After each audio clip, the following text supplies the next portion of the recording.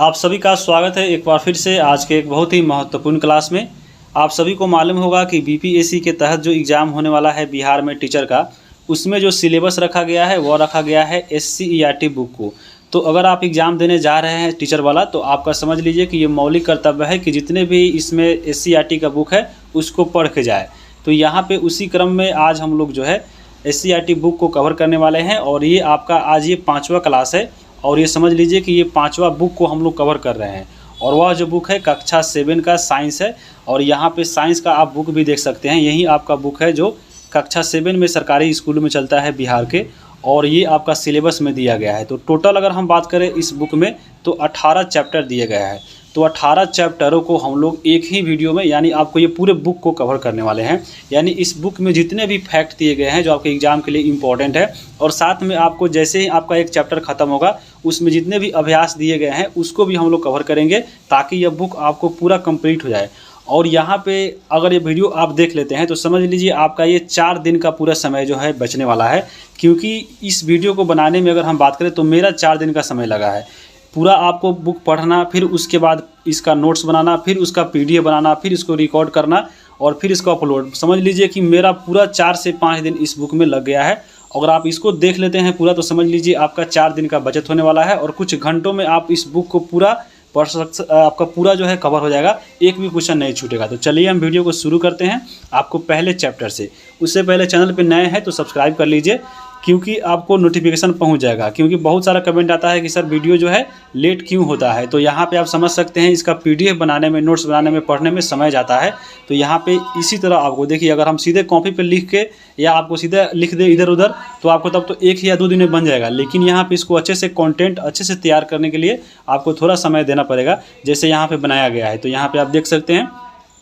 तो इसलिए चैनल पर नए हैं तो सब्सक्राइब कर लीजिए। उससे पहले आपको मालूम होगा, बता चुके हैं हम लोग कि अगर आप 8वीं तक भी तैयारी कर रहे हैं, आपको अगर ट्री के एग्ज़ाम के लिए, तो कम से कम 15 बुक आपको पढ़ना है GK GS के लिए केवल। तो यहाँ पे आप देख सकते हैं कौन कौन सा बुक है जो है यहाँ पे दिया गया है, उस सब बुक को यहाँ पे हम लोग कवर करेंगे। तो यहाँ पे हम लोग तो 4 वीडियो ऑलरेडी कवर कर चुके थे और ये 5वां जो क्लास है ये वाला आपका साइंस का जो बुक है आपका क्लास 7 का, उसको चलिए हम लोग कवर करते हैं।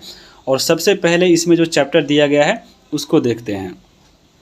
उससे पहले यहाँ पे देखिए, आप लोग PDF के लिए बहुत कमेंट कर रहे थे, तो यहाँ पे PDF के लिए भी हम यहाँ पे बताने वाले हैं। टेलीग्राम पे ज्वाइन कर लीजिएगा। आपका यही जो चैनल का नाम है स्टूडेंट जलखाना, उसी नाम से टेलीग्राम है। और आपको इसी वीडियो में हम लोग मोबाइल नंबर देंगे आपको, जो व्हाट्सअप का ग्रुप है जिसमें आपका PDF वहाँ से प्राप्त कर सकते हैं। तो चलिए पहले हम लोग एक एक करके जितने चैप्टर है उसको कवर करते हैं। तो इसमें सबसे पहला जो चैप्टर दिया गया है वह है जल और जंगल।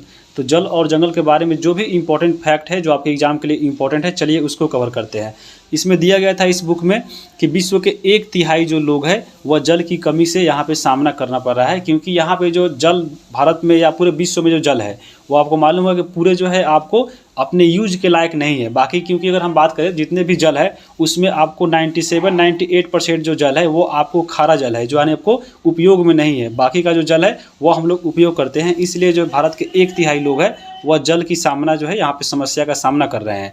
जल की अगर हम बात करें तो जल की 3 अवस्थाएं होती है और जल हमारे पृथ्वी पर तीनों अवस्थाओं में पाए जाते हैं। तो कौन कौन अवस्था होती है जल की?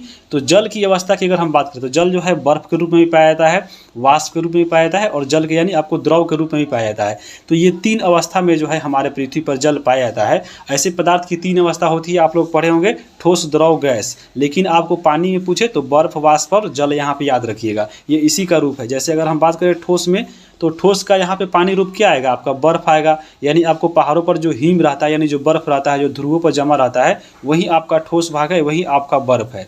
दूसरा जो है इसमें गैस है। गैस हमारे अगर बात करें जल के रूप में कैसे रहता है, तो वाष्प के रूप में जल में रहता है। जैसे वायुमंडल में देखिए वायु जो है आपके जलवाष्प के रूप में तैरते रहता है। उसके बाद जल की बात करें तो यानी आपका एक द्रव अवस्था हो गया। और आपका जल तो मालूम होगा आपको, नल से निकलता है, कल से निकलता है, नदी, तालाब, महासागर, झील, आपके जल अगल बगल में चारों तरफ फैला हुआ है। तो ये आपको जल की 3 अवस्थाएं थी, यहाँ पे आप देख सकते हैं। ये जो आपका जल प्राप्त होता है पृथ्वी पर हमेशा बन रहता है। आप देखते होंगे जल आपका खत्म हो जाता है फिर आ जाता है। तो ये पूर्ति होता है जल चक्र से, और जल चक्र को हम लोग आगे इसमें कवर करेंगे आपको। और विश्व जल दिवस कब मनाया जाता है? तो 22 मार्च को बनाया जाता है। और ये आपका पूरा का पूरा फैक्ट जो पॉइंट दिया गया है आपको इसी बुक से दिया गया था। अब यहाँ पे देखिए इसमें आपको पढ़ना है एक, यहाँ पे आपको एक बहुत ही इंपॉर्टेंट चीज़ मिलने वाला है टॉपिक, वो आपका यहाँ पे 3 चीज़ दिया गया और तीनों में कन्फ्यूजन रहता है। एक आपका है भौम जल स्तर, उसके बाद एक है जलभर और एक है आपका है भूमिगत जल जिसको भौम जल बोलते हैं। तो तीनों को चलिए हम लोग समझ लेते हैं। यहाँ पे आपके बुक में एक फिगर भी दिया गया था, आप उससे भी समझ सकते हैं। देखिए यहाँ पे ये जो आपका है, देखिए भौम जल, जलभर और भौम जल स्तर समझने के लिए एक फिगर दिया गया है। तो सबसे पहले हम बात करते हैं आपको भौम जल स्तर का। जैसे गांव में आप देखते होंगे भौम जल स्तर का होता है कि ग्राउंड लेवल, यानी आपको जो पानी का लेवल, देखिएगा आपको गर्मी के दिन में क्या हुआ था कि पानी का लेवल नीचे भाग गया था। कहीं भी आप थे सुन रहे हो कि हाँ पानी का लेवल नीचे भाग गया, तो वहीं आपका भौम जल स्तर होता है। ये भौम जल स्तर क्या होता है, तो भूमि से पानी रिसने के बाद, यानी आपको पृथ्वी पर जितने भी पानी होती है वर्षा के द्वारा, वह पानी जब पृथ्वी से रिसता है और ये भूमि के अंदर चला जाता है, और जिस गहराई पर पानी जो है चट्टान अथवा मिट्टी के बीच में रिक्त स्थान में जल भर जाता है, और इसकी जो ऊपरी परत होती है, याद रखिएगा आपको ये ऊपरी जो परत होता है वही आपके भौम जल स्तर होता है। यानी आपको ये बात हो रहा है किसका, तो आपका लेवल का। जैसे देखिए भूमि का जल, आप सुने होंगे भूमि का जल का लेवल हमेशा भाग जाता है। जैसे यहाँ पे देखिए ये आपका ऊपर देखिए घर मकान दिख रहा है, यानी आपको ये समतल मैदान है। उसके नीचे देखिए यहाँ पे आपको एक कल भी दिखाई दे रहा होगा, जो आपका चप्पा कल होता है, यहाँ पे देखिए आपका हलाया गया है। और नीचे आपको भूमि से जो आपका जो वर्षा होता है और ये पानी आपको ज़मीन में रिसता है, और जहाँ पे ये जाता है, मान लीजिए आपको इस एरिया की अगर हम बात करें तो यहाँ पे आके पानी यहाँ पे आ गया और ये आपको मिट्टी और चट्टान के बीच में यहाँ पे पानी जमा हो गया। तो इसका जो ऊपरी परत है, ये जो आपका ऊपरी परत है, यही आपका ग्राउंड लेवल है, यानी आपको भूमि जल का स्तर है। तो यही आपका भौम जल स्तर कहलाता है। जैसे आप यहाँ पे गिलास के माध्यम से समझ सकते हैं, मान लीजिए आपका ये पूरा पृथ्वी है, ये आपका समतल भाग है, और नीचे आपको पृथ्वी इस पर जो पानी आ रहा है वो ज़मीन में रिस रहा है, और ये जो आपका जहाँ तक पानी सबसे इसका ऊपर है, यानी आपका जो लेवल है, यही आपका भौम जल स्तर कहलाता है। हालांकि इसमें भौम जल स्तर जो है आपको पृथ्वी के 1 मीटर से लेके बहुत ही आपको अनेक गहराइयों तक होती है। और यहाँ पे ये जो भौम जल स्तर है, ये आपका भौम जल, ये वाला आपका भौम जल स्तर हो गया। और जहाँ पे ये जल भरा रहता है उसको हम लोग जलभर बोलते हैं। तो यहाँ पे ये जलभर हो गया। और एक और चीज़ इसमें पढ़नी है, जैसे यहाँ पे आप देख सकते हैं, यहाँ पे चलिए भूमि जल क्या था, तो यहाँ पे यानी भौम जल, यानी आपको इस स्तर के नीचे, यानी भूमि जल का जो भौम स्तर है, यानी आपका जो ग्राउंड लेवल है, उसके नीचे पाया जाने वाला जल होता है, वो उसी को हम लोग बोलते हैं भौम जल। और उसी भूमिगत जल को हम लोग कल के माध्यम से निकालते हैं और पीते हैं। यहाँ पे एक और चीज़ है जलभर। जलभर क्या है, तो देखिए भौम जल स्तर के नीचे मृदा और कठोर भाग जो चट्टान हुआ है, उसके परतों के बीच में जो जल जमा होता है उसको हम लोग बोलते हैं जलभर। तो यहाँ पे जैसे देखिए ये आपका जलभर का निशान दिया गया, जैसे आपका ये चट्टान है और ये मिट्टी है, तो इसमें बीच में जो जल भरा हुआ है उसी को हम लोग बोलते हैं जलभर। तो यहाँ पे आप जलभर और आपके भूमि जल स्तर यानी जो ऊपरी परत है उसको भी हम लोग देख लिए और समझ गए होंगे। अब हम बात करते हैं इसमें जो इम्पोर्टेंट पॉइंट दिया गया था आपके एग्जाम के लिए। इसमें दिया गया था कि बिहार में अत्यधिक जो वर्षा होती है वो और अत्यधिक जो बाढ़ आती है वो आपको उत्तरी बिहार में आती है। क्योंकि अगर आप देखिएगा उत्तरी बिहार में, तो उत्तरी बिहार का जो इलाका है वह सटा हुआ है आपको हिमालय नदी यानी नेपाल से, और नेपाल में जितने भी नदियाँ आती है वह हिमालयी नदियाँ कहलाती है, वहाँ से हमेशा पानी आते रहती है।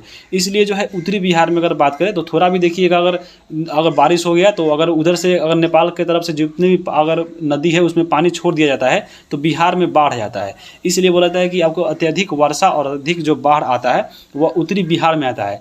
किसके तुलना में, तो दक्षिणी बिहार के तुलना में, क्योंकि दक्षिणी बिहार की जो आपका नदियाँ है वह गंगा के आपको नीचे है, तो गंगा में पानी जो आती है उत्तर साइड से वह गंगा में रह जाती है, दक्षिण में नहीं जाती है। और आपको यही कारण है कि बिहार का जो उत्तरी भाग है उसमें अत्यधिक बाढ़ आती है। तो ये आपको याद रखिएगा। वाल्मीकि राष्ट्रीय उद्यान की चर्चा थी आपके बुक में, तो वाल्मीकि राष्ट्रीय जो उद्यान है वह पश्चिम चंपारण में है।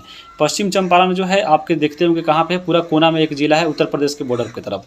और ये आपका जो पश्चिम चंपारण है का जो आपका ये वाल्मीकि राष्ट्रीय उद्यान है वह बाघ संरक्षण के लिए इम्पोर्टेंट है। ये संरक्षण के लिए आपका ये आरक्षित वन है, तो बहुत ही इंपॉर्टेंट है। सीधा पूछ सकता है कि वाल्मीकि राष्ट्रीय उद्यान में किसका संरक्षण किया जाता है, तो बाघ का संरक्षण किया जाता है। इसके अलावा आपके बुक में दिया गया था कि वैशाली में कौन सा आपके अभ्यारण्य है, तो बरेला अभ्यारण्य। याद रखिएगा, वैशाली ब से बरेला।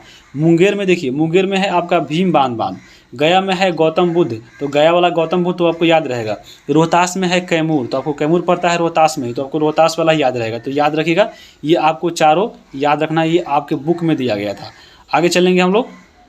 अब यहाँ पे देखिए खाद्य श्रृंखला की बात करते हैं। खाद्य श्रृंखला क्या होता है, यहाँ पे देखिए जो जीव पौधे को भोजन के रूप में खाते हैं उन्हें अन्य जीव के द्वारा भोजन के रूप में खाया जाता है, और यही क्रम चलता रहता है जिसे हम लोग खाद्य श्रृंखला बोलते हैं। जैसे हम खाद्य श्रृंखला का यहाँ पे आप देख सकते हैं, यहाँ पे देखिए आपका पेड़ पौधा है, पेड़ पौधा को खा रहा है कीट। इस कीट को खा रहा है मेढक, और फिर इस मेढक को खा रहा है सांप, और फिर इसको खा जाएगा कौन, तो आपका यहाँ पे गरुड़। तो ये आपका एक श्रृंखला चल रहा है, यानी आपको अगर मान लीजिए पेड़ पौधा को एक जीव खा रहा है तो फिर इस जीव को ये खा रहा है, फिर इस जीव को ये खाएगा, फिर इस जीव को ये खाएगा। तो ये आपका एक क्रम चलते रहता है, इसी को बोलते हैं हम लोग खाद्य श्रृंखला। तो ये श्रृंखला आप समझ गए होंगे। अब यहाँ पे चलिए आगे हम लोग देखते हैं कि मरे हुए जीव जंतु जो है अपघटित होकर, यानी अपघटित मतलब होता है सड़ गल कर। देखिएगा कोई जीव जो है आपको देखिएगा मर जाता है, तो उसके बाद जो जीव मरने के बाद वह सड़ता और गलता है, तो सड़ने गलने के बाद वह ह्यूमस यानी आपको ह्यूमस के रूप में परिवर्तित हो जाता है, जिसको हम लोग खाद भी बोलते हैं। तो यहाँ पे मरे हुए जीव जंतु अपघटित होकर ह्यूमस के रूप में आपको ये बदल जाते हैं, जो पौधे के लिए इंपॉर्टेंट होते हैं और पौधा के लिए ये आपको ये पोषक के रूप में काम करते हैं।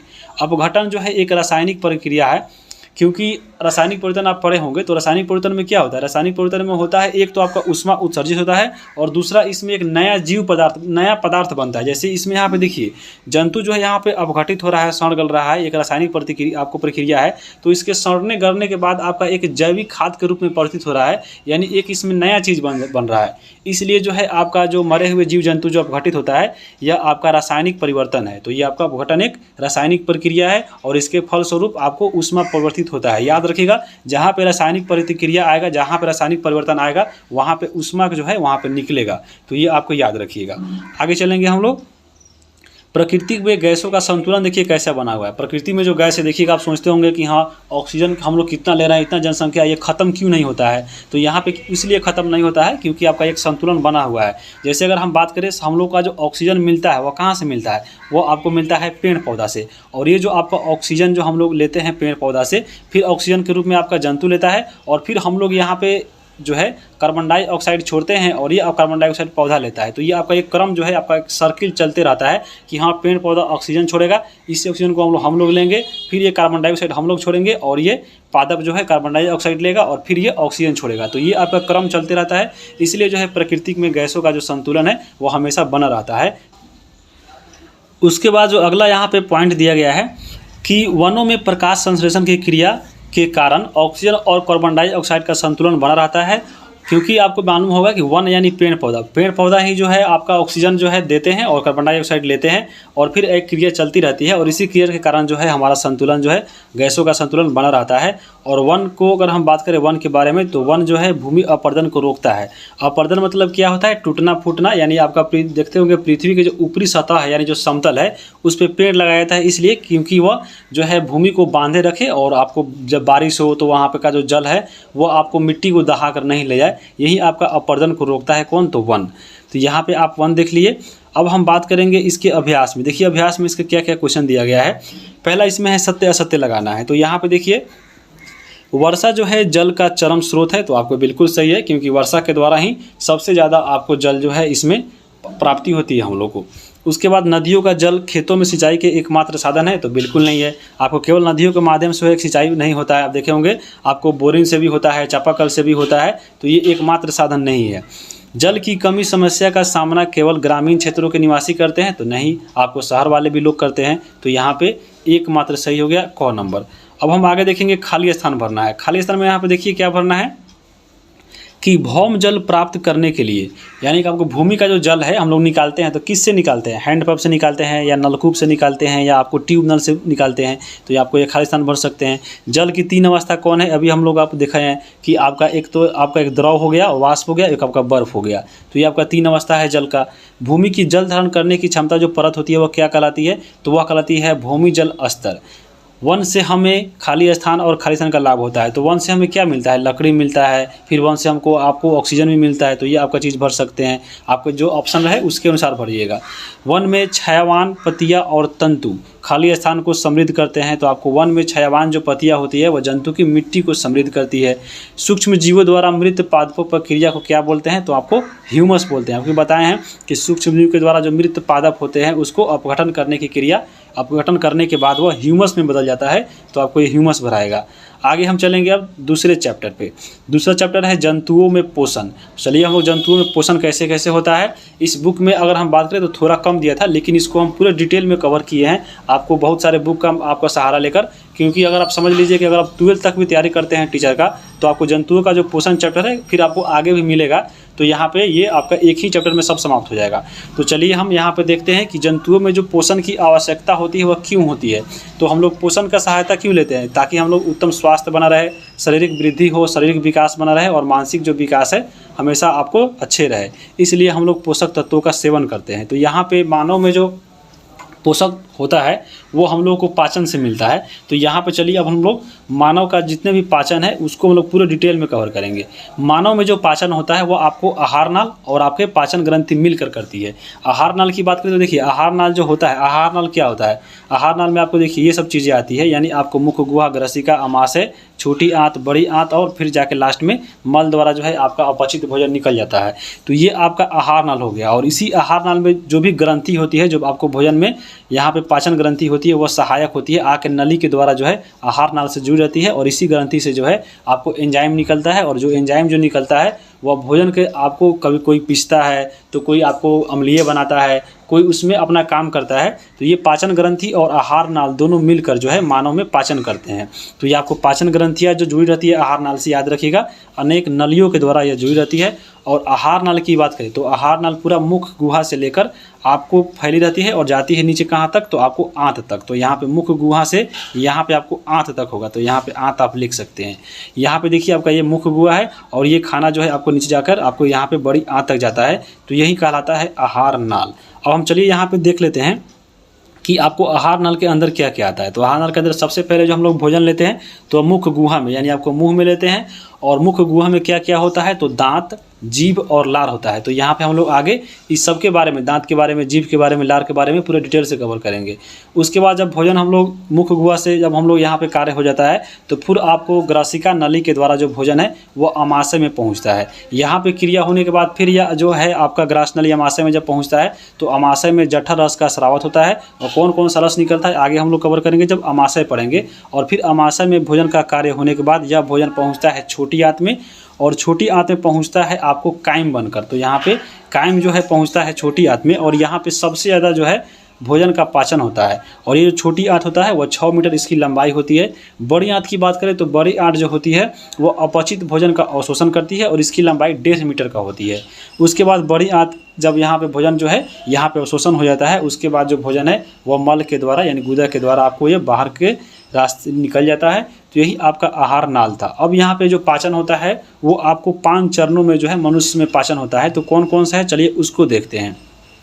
सबसे पहले हम लोग भोजन को क्या करते हैं, अंतर्ग्रहण करते हैं, यानी भोजन को हम लोग निगलते हैं। तो ये क्रिया कहलाती है अंतर्ग्रहण, यानी भोजन को हम लोग अंदर रख रहे हैं, अंतर्ग्रहण कर रहे हैं। तो भोजन को ग्रहण करने और उसको चबाना और निगलना, ये कार्य होता है अंतर्ग्रहण के अंतर्गत। उसके बाद यहाँ पे होता है दूसरा पाचन, यानी हम लोग जो भोजन निगले हैं उसको यहाँ पे पाचन होता है इसमें, और ये आपको मुख से लेकर आंत तक यह क्रिया चलते रहता है। उसके बाद हम बात करें अवशोषण का, तो हम लोग जो यहाँ पे भोजन हम लोग लिए हैं उसको पचाकर और उसको रुधिर में जो है पहुँचाते हैं। तो ये आपका अवशोषण कहलाता है। चौथा होता है स्वांगीकरण। स्वांगीकरण में क्या होता है, तो जितने भी अवशोषित भोजन है उसको शरीर में उपयोग में लाता है। और लास्ट में होता है मल त्याग, जो आपको अपचित भोजन को गुदा के द्वारा यहाँ बाहर निकालता है। तो आपको आहार नाल और ये पाचन तंत्र, यहाँ पे आपको पाचन तंत्र जो है आपको शॉर्ट में समझ लिए होंगे। अब हम पूरे इसमें डिटेल में चलेंगे, क्योंकि आपको शुरू में पढ़े हम लोग मुख्य गुहा, और मुख्य गुहा में पढ़ना है आपको दांत, जीभ और लार के बारे में। तो चलिए उसको देखते हैं। सबसे पहले हम लोग जानेंगे दांत के बारे में। दांत आपको मालूम होगा सबके, आपको वयस्क के मुंह में दांत रहता है, और कितने दांत रहता है, तो 32 दांत रहता है। ये जो आपका 32 दांत रहता है उसमें आपको टोटल 4 टाइप मिलाकर होता है। जैसे अगर हम बात करें, एक होता है इंसाइजर, जिसको हम लोग काटना, ये इसका कार्य होता है काटना, इसको हम लोग हिंदी में कृंतक बोलते हैं। उसके बाद है कनाइन, कनाइन को बोलते हैं हम लोग रदनक, और यहाँ पे हम लोग इसको सहायता से भोजन को फाड़ने का कार्य होता है। तीसरा है आपका प्री मोलर, यानी प्री मोलर जो होता है वो आपको पीसने और चबाने का कार्य करता है। फिर एक और आता है मोलर, जिसको चवर्णक बोलते हैं, और ये भी पीसने और चबाने का कार्य करता है। तो यहाँ पे आप फोटो में देख लीजिए एक बार कौन कौन है। चलिए हम इसको समझ सकते हैं। तो यहाँ पे देखिए आपके मुंह में अगर हम बात करें, देखिए ये मान लीजिए आपका ये नीचे वाला दांत है आपका, यानी आपको सबसे नीचे जबड़ा वाला और ऊपर जबड़ा वाला मान लीजिए ए है, ये आपका इसमें भी 16 दांत होगा और इसमें भी आपका 16 दांत होगा। लेकिन अगर हम बात करें 16 ये तो आप समझ लीजिए, लेकिन आपका ये जो 16 दांत है उसमें हम लोग एक तरफ बांटेंगे ऐसे, यानी आपको जबड़ा वाला मान लीजिए नीचे वाला, जो नीचे वाला जबड़ा है उसमें भी आधा दांत, यानी आपको 8 दांत हम लोग यहाँ पे एक तरफ पड़ेंगे और फिर इसमें जब 4 से गुना करेंगे तो हमारा टोटल 32 दांत निकल जाएगा। तो यहाँ पे अगर हम बात करें इस साइड में, तो यहाँ पे देख लीजिए ये जो आपको शुरू का देख लीजिए, आपका इसमें जो 2 दांत है ऊपर का, ये आपका इंसाइजर है, ये यानी आपको देखिए काटने का कार्य करता है। देखिए यानी आपका जो दांत के एकदम सामने होता है, मुंह के सामने, यानी नाक के नीचे, जैसे देखिएगा कोई भी चीज़ काटिएगा, जैसे मूली काटिएगा, गाजर काटिएगा, तो यहाँ पे देखिए ये काटने का कार्य करता है। ये कौन? तो इंसाइजर। तो यहाँ पे देखिए अगर हम नीचे अगर बात करें तो यहाँ पे देखिए अगर आधा साइड में ये 2 है तो यहाँ पे भी 2 है, यानी आपको केवल नीचे वाला जबड़ा में ये 4 है और पूरे मुंह में अगर हम बात करें तो ये 8 है, क्योंकि ऊपर वाला जबड़ा में भी ये 4 गो होगा, तो यहाँ पे ये 8 होता है। फिर उसके बाद देखिए यहाँ पे देखिए कैनाइन, यानी जो फाड़ने वाला काम होता है, यानी जो रदनक होता है। तो यहाँ पे देखिए ये जो आपका पड़े हैं इंसाइजर, इसके बगल में ही आपका एक जो आपका दांत होता है उसको हम लोग बोलते हैं कैनाइन, यानी रदनक। तो ये आपका ये एक यहाँ पे है और एक यहाँ पे होता है, तो ये आपका ये 2 हो गया, 2 हो गया आपको केवल नीचे वाला जबड़ा में। ऊपर वाला जबड़ा में भी 2 होगा, यानी टोटल अगर मुंह में ये 4 होता है। उसके बाद अगर हम बात करें प्रीमोलर का, प्रीमोलर का कार्य होता है पीसने और चबाने का। तो यहाँ पे हम लोग अभी देखे हैं कौन? तो रदनक वाला, यानी आपका ये 3 नंबर दांत। उसके बाद यहाँ पे देखिए जो 2 दांत है, 4 नंबर और 5 नंबर, ये आपका है प्रीमोलर। उसके बाद यहाँ पे देखिए उसके बाद 3 दांत जो होगा 6, 7, 8, ये जो आपका 8 दांत है उसको हम लोग बोलते हैं मोलर। तो यहाँ पे अगर हम बात करें, यानी ये 8 दांत में, यानी आपका समझ लीजिए नीचे वाला जबड़ा में ये आधा है, फिर उतना ही दांत आपका इधर होगा। तो यहाँ पे अगर हम इसको सूत्र से याद करें तो आपको ऐसे याद रख सकते हैं। जैसे अगर हम बात करें यहाँ पे आधा ही जो दिख रहा था, हम लोग इसी का सूत्र बना लेते हैं। जैसे यहाँ पे लिखेंगे ICPM, ICPM सीधे याद रखना, ICPM। फिर यहाँ पे देखिए चल रहा है 2023, लेकिन यहाँ पे हम लोग 2123 याद रखेंगे। यहाँ पे देखिए 0 की जगह पर 1 कर देंगे, तो ये आपका हो जाएगा 2123। तो आपको याद रखिएगा ICPM और 2123 हो जाएगा, रखिएगा 2123। अब यहाँ पे देखिए ये दांत का टोटल आपका चौथा हिस्सा है, तो यहाँ पे पूरा दांत निकालने के लिए इसमें हम 4 से गुना करना पड़ेगा। तो यहाँ पे देखिए 4 से गुना करेंगे तो ये 8 दांत हो जाएगा पूरे मुंह में, इसमें 4 से करेंगे तो आपका टोटल 4 हो जाएगा, इसमें 4 से करेंगे तो ये भी आपका 8 हो जाएगा, और इसमें 4 से करेंगे तो ये भी आपका 12 हो जाएगा। जब इसको पूरा गनिएगा तो 12, 8, 20, 4, 24, 8, 32, यानी आपको टोटल 32 दांत देखिए मुंह में आपको आ जा रहा है। तो आपको ऐसे निकाल सकते हैं, पूछ सकता है एग्जाम में कि आपको बताइए प्री मोलर कितना होता है। तो यहाँ पे देखिए आपको कितना 4 दूना 8 होता है। आपको मोलर पूछे तो आपको 12 होता है। आपको इंसाइजर कितना होता है पूरे मुंह में, तो 8 होता है। पूछे कैनाइन कितना होता है, तो मुंह में पूरा 4 होता है। तो ये आपको फार्मूला याद रखिएगा, कम से कम आपको याद रखिएगा ICPM 2123, 2023 चल रहा है, लेकिन हम लोग 2123 याद रखेंगे। याद रखिए, कहीं लिख लीजिएगा, आप दीवार पर जहाँ पढ़ते हैं वहाँ पे लिख लीजिएगा ICPM और 2123। और ये आपका टोटल 8 दांत है, यानी आपको आधा जबड़ा में, अगर हम बात करें एक जबड़ा का ये आधा वाला हिस्सा है, ये वाला दांत है ICPM। तो ICPM आपको याद हो गया होगा, दांत के बारे में देख लिए। अब हम देखिए कुछ और एक्स्ट्रा जो आपका बुक है में दिया गया था उसको देखते हैं। अगर हम बात करें दूध के दांत के बारे में, तो दूध का जो दांत होता है वह 7-8 वर्ष होते होते वह पूरा का पूरा गिर जाता है, और दूध का दांत जो होता है वो आपको 20 दांत होता है। तो याद रखिएगा कि दूध का दांत कितना होता है, 20 दांत होता है। और एक आप सुने होंगे अकल दांत, पूछते हो कि हाँ इसका अकल का दांत नहीं आया है, तो आपका जो मोलर होता है यानी चबाने वाला, उसमें जो सबसे आखिरी दांत होता है उसको बोला जाता है आपको अकल दांत। यानी यहाँ आपको ये जो देखिए, ये जो नीचे दांत है 8 नंबर का, इसको बोला जाता है अकल दांत। यानी आपको अकल आ गया, यानी जब सबसे लास्ट में आ रहा है तो समझ लीजिए कि यहाँ आप बोलता है कि हाँ इसको अब अकल हो गया है, यानी आपको पूरा दांत जम गया है, आखिरी वाला भी जम गया है। तो यहाँ आपको अकल दांत हो गया। अब हम बात करेंगे दांतों की जो ऊपरी सतह होती है, आपको मालूम होगा इसको इनेमल बोला जाता है, और ये शरीर का सबसे कठोरतम भाग होता है। और ये जो इनेमल बनता है वह कैल्शियम, एनिमिल और एक और होता है इसमें लवण और प्रोटीन की सहायता से ये बनता है। मुंह में अगर हम बात करें तो यहाँ पे तो दांत हम लोग पढ़ लिए, अब हम देखिए लार के बारे में पढ़ते हैं।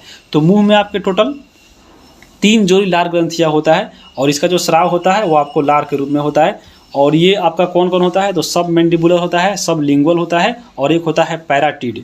ये जो आपका पैराटिड होता है, ये जो आपका दांत होता है सांप में, ये आपको 20 ग्रंथि ये काम करता है। देखिएगा सांप जब डस लेता है तो इसी पैराटिड के माध्यम से ही वह काटता है, और इसी के माध्यम से मनुष्य में जो है आपको जहर फैल जाता है। तो ये पैराटिड याद रखिएगा। और ये जो आपका लार होता है वो लार किससे बना रहता है, तो पानी, लवण और आपको चिकना म्यूकस से जो है लार बना रहता है। और जब हम लोग भोजन करते हैं तो यही लार जो है भोजन को पूरे सान कर आपको लुगदी बना देता है।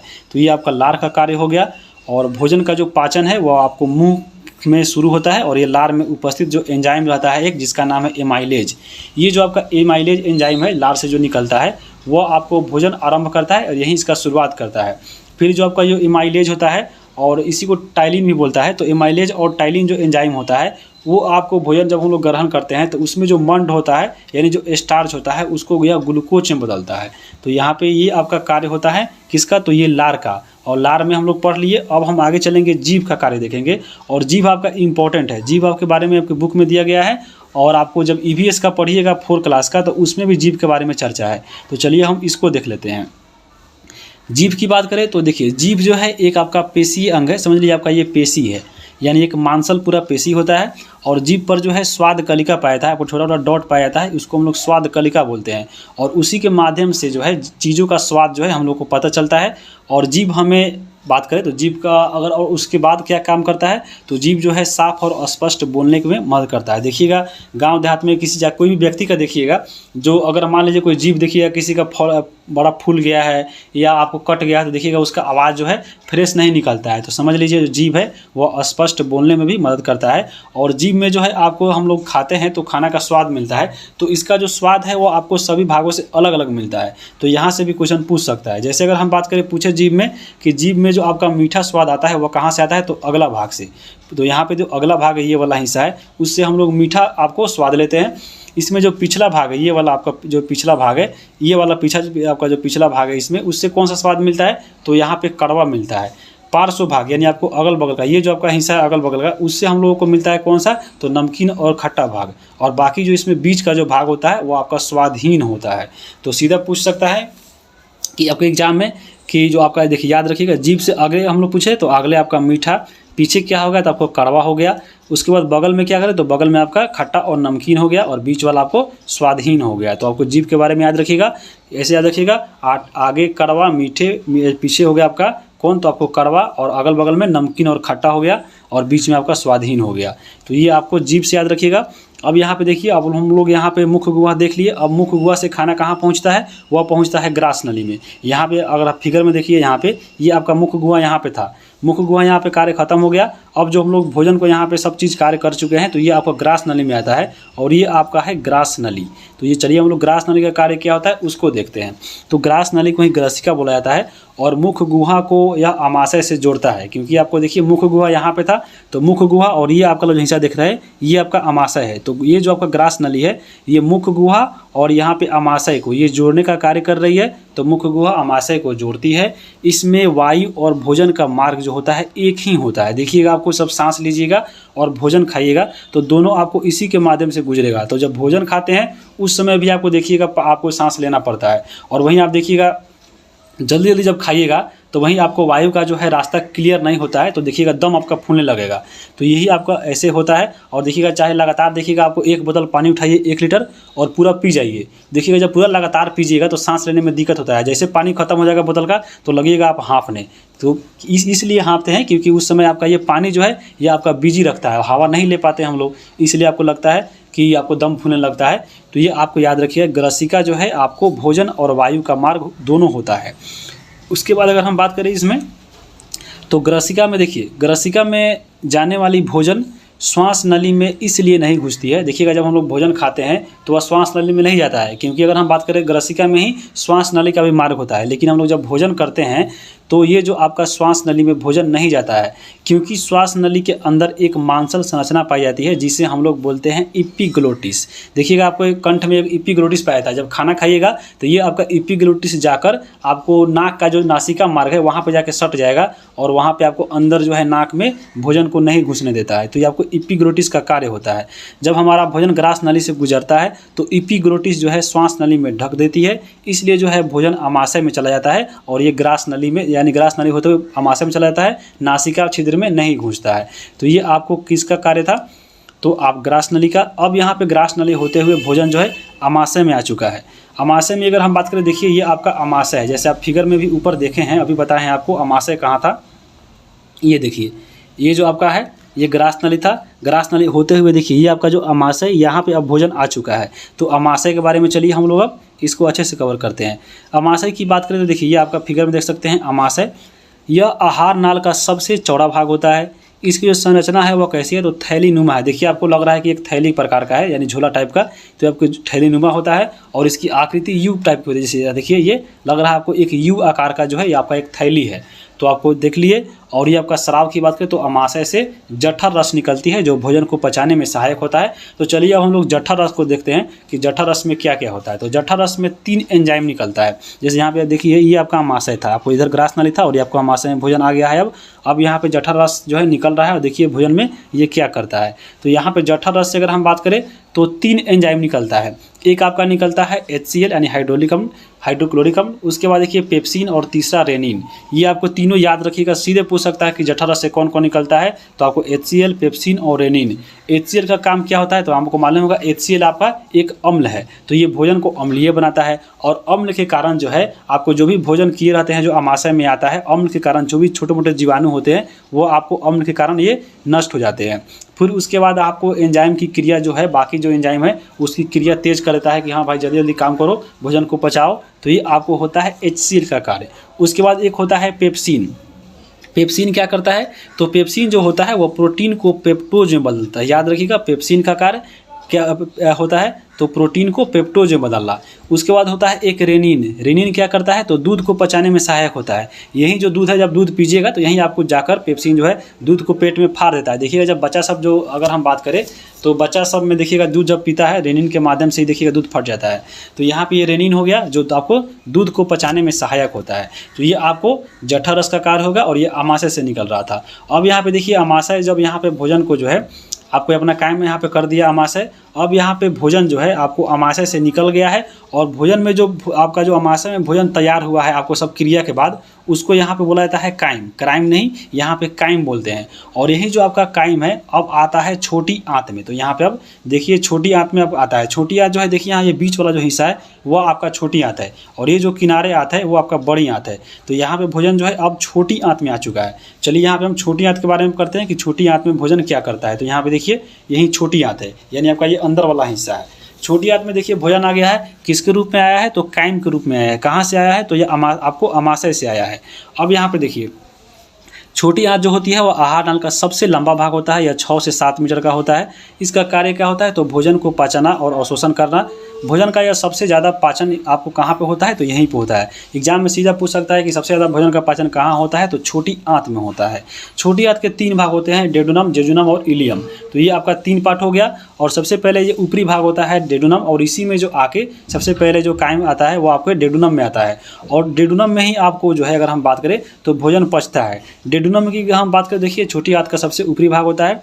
यह यकृत से पीतरस, अग्नाशय रस और छोटी आंत की दीवारों से जो है आंत्र रस को स्रावित करता है और यहाँ का आपको डेडुनम में मिलता है। तो यहाँ पे याद रखिएगा कौन, तो यकृत से पीतरस हम लोग आगे देखेंगे, अग्नाशय रस इसको भी देखेंगे और छोटी आंत से कौन कौन सा आंत्र रस निकलता है जो इसको पचाता है, इसको भी हम चलिए एक एक करके देख लेते हैं। तो अग्नाशय रस से यहाँ पे याद रखिएगा कि 3 से यहाँ पे आपको अग्नाशय रस निकलते हैं और उसका ट्रिक है LAT यानी लैट। तो यहाँ पे लात या लैट से याद रखिएगा कि अग्नाशय से लैट नामक निकलता है कौन सा, तो अग्नाशय रस। और लैट का मतलब यहाँ पे क्या हुआ, तो L से लाइपेज, A से एमाइलेज और T से ट्रिप्सिन होता है। ये जो 3 निकलता है इसका कार्य क्या होता है, जो डेडुनम में यहाँ पे भोजन को पचाता है। तो देखिए कैसे पचाता है। यहाँ पे जो लाइपेज होता है वह वसा का पाचन करता है, एमाइलेज जो होता है वो मंड का पाचन करता है और ट्रिप्सिन जो होता है वह प्रोटीन का पाचन करता है। तो यहाँ पे ये तीनों चीज़ याद रखिएगा, लैट, और लैट निकलता है अग्नाशय से। अब हम आगे बात करेंगे अग्नाशय ग्रंथि के बारे में, क्योंकि अग्नाशय से लैट नामक निकल रहा था।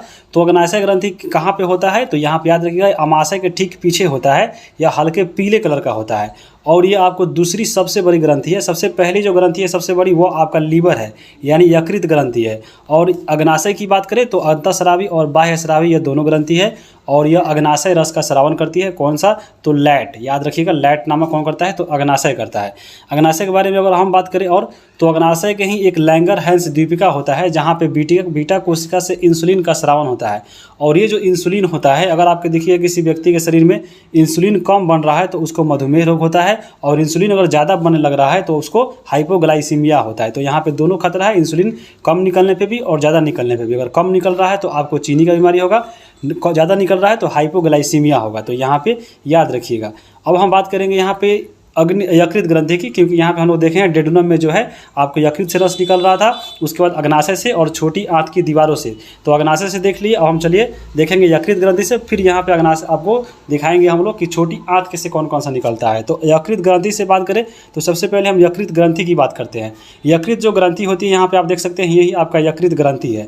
यह आपकी सबसे बड़ी ग्रंथि आती है और इसका जो वजन होता है 1.5 से 2 kg के बीच में होता है। यही आपका यकृत है, लीवर है, देख सकते हैं। इसका यहाँ पे कलर देखिए कैसा है, तो ये गहरा भूरा रंग का है, यानी गहरा लाल भूरा है। और ये स्थिति यहाँ पे अगर हम बात करिए कहाँ पे स्थित है, तो अमाशय के ठीक ऊपरी भाग में दाहिनी ओर से। यहाँ पे देखिएगा, आपका यहाँ पे जब बनाइएगा तो यहाँ पे देखिए, यहाँ पे ये अमाशय है, तो यहाँ पे ये अमाशय के ठीक ऊपरी भाग में दाहिने ओर स्थित है यकृत। और ये आपका देख रहे हैं, ये जो आपका पित्ताशय का, इसको बोलते हैं हम लोग पित्ताशय। इसी से निकलता है पीतरस, जो हम लोग आगे कवर करेंगे। और ये आपको पीतरस आगे कहाँ पे मिलता है, तो छोटी आंत के डेडुनम में मिलता है, जहाँ पे भोजन का ये पाचन करता है। तो यहाँ पे पूछता भी है कि पित्ताशय का जो है आकार कैसा होता है, तो ये यहाँ पे बताइएगा किस आकार का दिख रहा है, तो ये आपको ये नाशपाती का आकार का दिखता है। तो ये पित्ताशय है और इसी से पीतरस निकलता है, जो जाके छोटी आंत के डेडुनम में निकलता है। तो चलिए हम लोग पीतरस को कवर करते हैं। पीतरस की बात करें तो हल्के ये पीले रंग का होता है और ये आपको एक क्षारीय होता है। हम लोग पढ़े हैं ऊपर HCl आया था आपको अमाशय में, जहाँ पे अम्लीय बना दिया था भोजन को, और वो जब आया छोटी आंत में तो अभी अम्लीय है, लेकिन जब पीतरस जाके मिलता है उसको, तो भोजन को ये क्षारीय बना देता है। और पीतरस जो है कहाँ से प्रस्रावित होता है, तो ये पित्ताशय से होता है। पित्ताशय का आकार अभी हम देखे हैं कैसा होता है, तो ये नाशपाती के आकार का होता है। उसके बाद अगर हम बात करें पीतरस का और क्या काम होता है, तो एक तो देख लिए भोजन को क्षारीय बनाता है, और दूसरा होता है ये वसा का पाचन करता है। तो यहाँ पे पित्ताशय का भी हम लोग काम देख लिए। अब हम यकृत ग्रंथि की बात करते हैं। यकृत ग्रंथि के बारे में हम ऊपर यहाँ पे जरूर देखे हैं कि ये सबसे बड़ा ग्रंथि है, गहरा भूरा लाल रंग का होता है। स्थिति कहाँ होता है, तो ये आपको अमाशय के ठीक ऊपर दाहिने भाग में होता है, और ये पीतरस का स्रावित करता है। उसके साथ अगर हम बात करें यकृत के अन्य कार्यों के बारे में, तो यकृत जो होता है वह विषैले अमोनिया गैस को यूरिया में बदलता है। हम लोग डायरेक्ट अगर हम बात करें तो अमोनिया का जो है डायरेक्ट नहीं जब लेते हैं तो अमोनिया हमारे शरीर से नहीं निकलता है, उसको यूरिया में बदलता है कौन, तो यही यकृत निकलता है। प्रोटीन की मान लीजिए अगर आप शरीर खाना में ज़्यादा प्रोटीन ले रहा है तो ये प्रोटीन की अधिकता को यह कार्बोहाइड्रेट में बदल देता है। और भोजन की वसा की अगर कमी हो जाता है आपके शरीर में, तो ये कार्बोहाइड्रेट को वसा में बदलने का कार्य करता है कौन, तो ये लीवर करता है।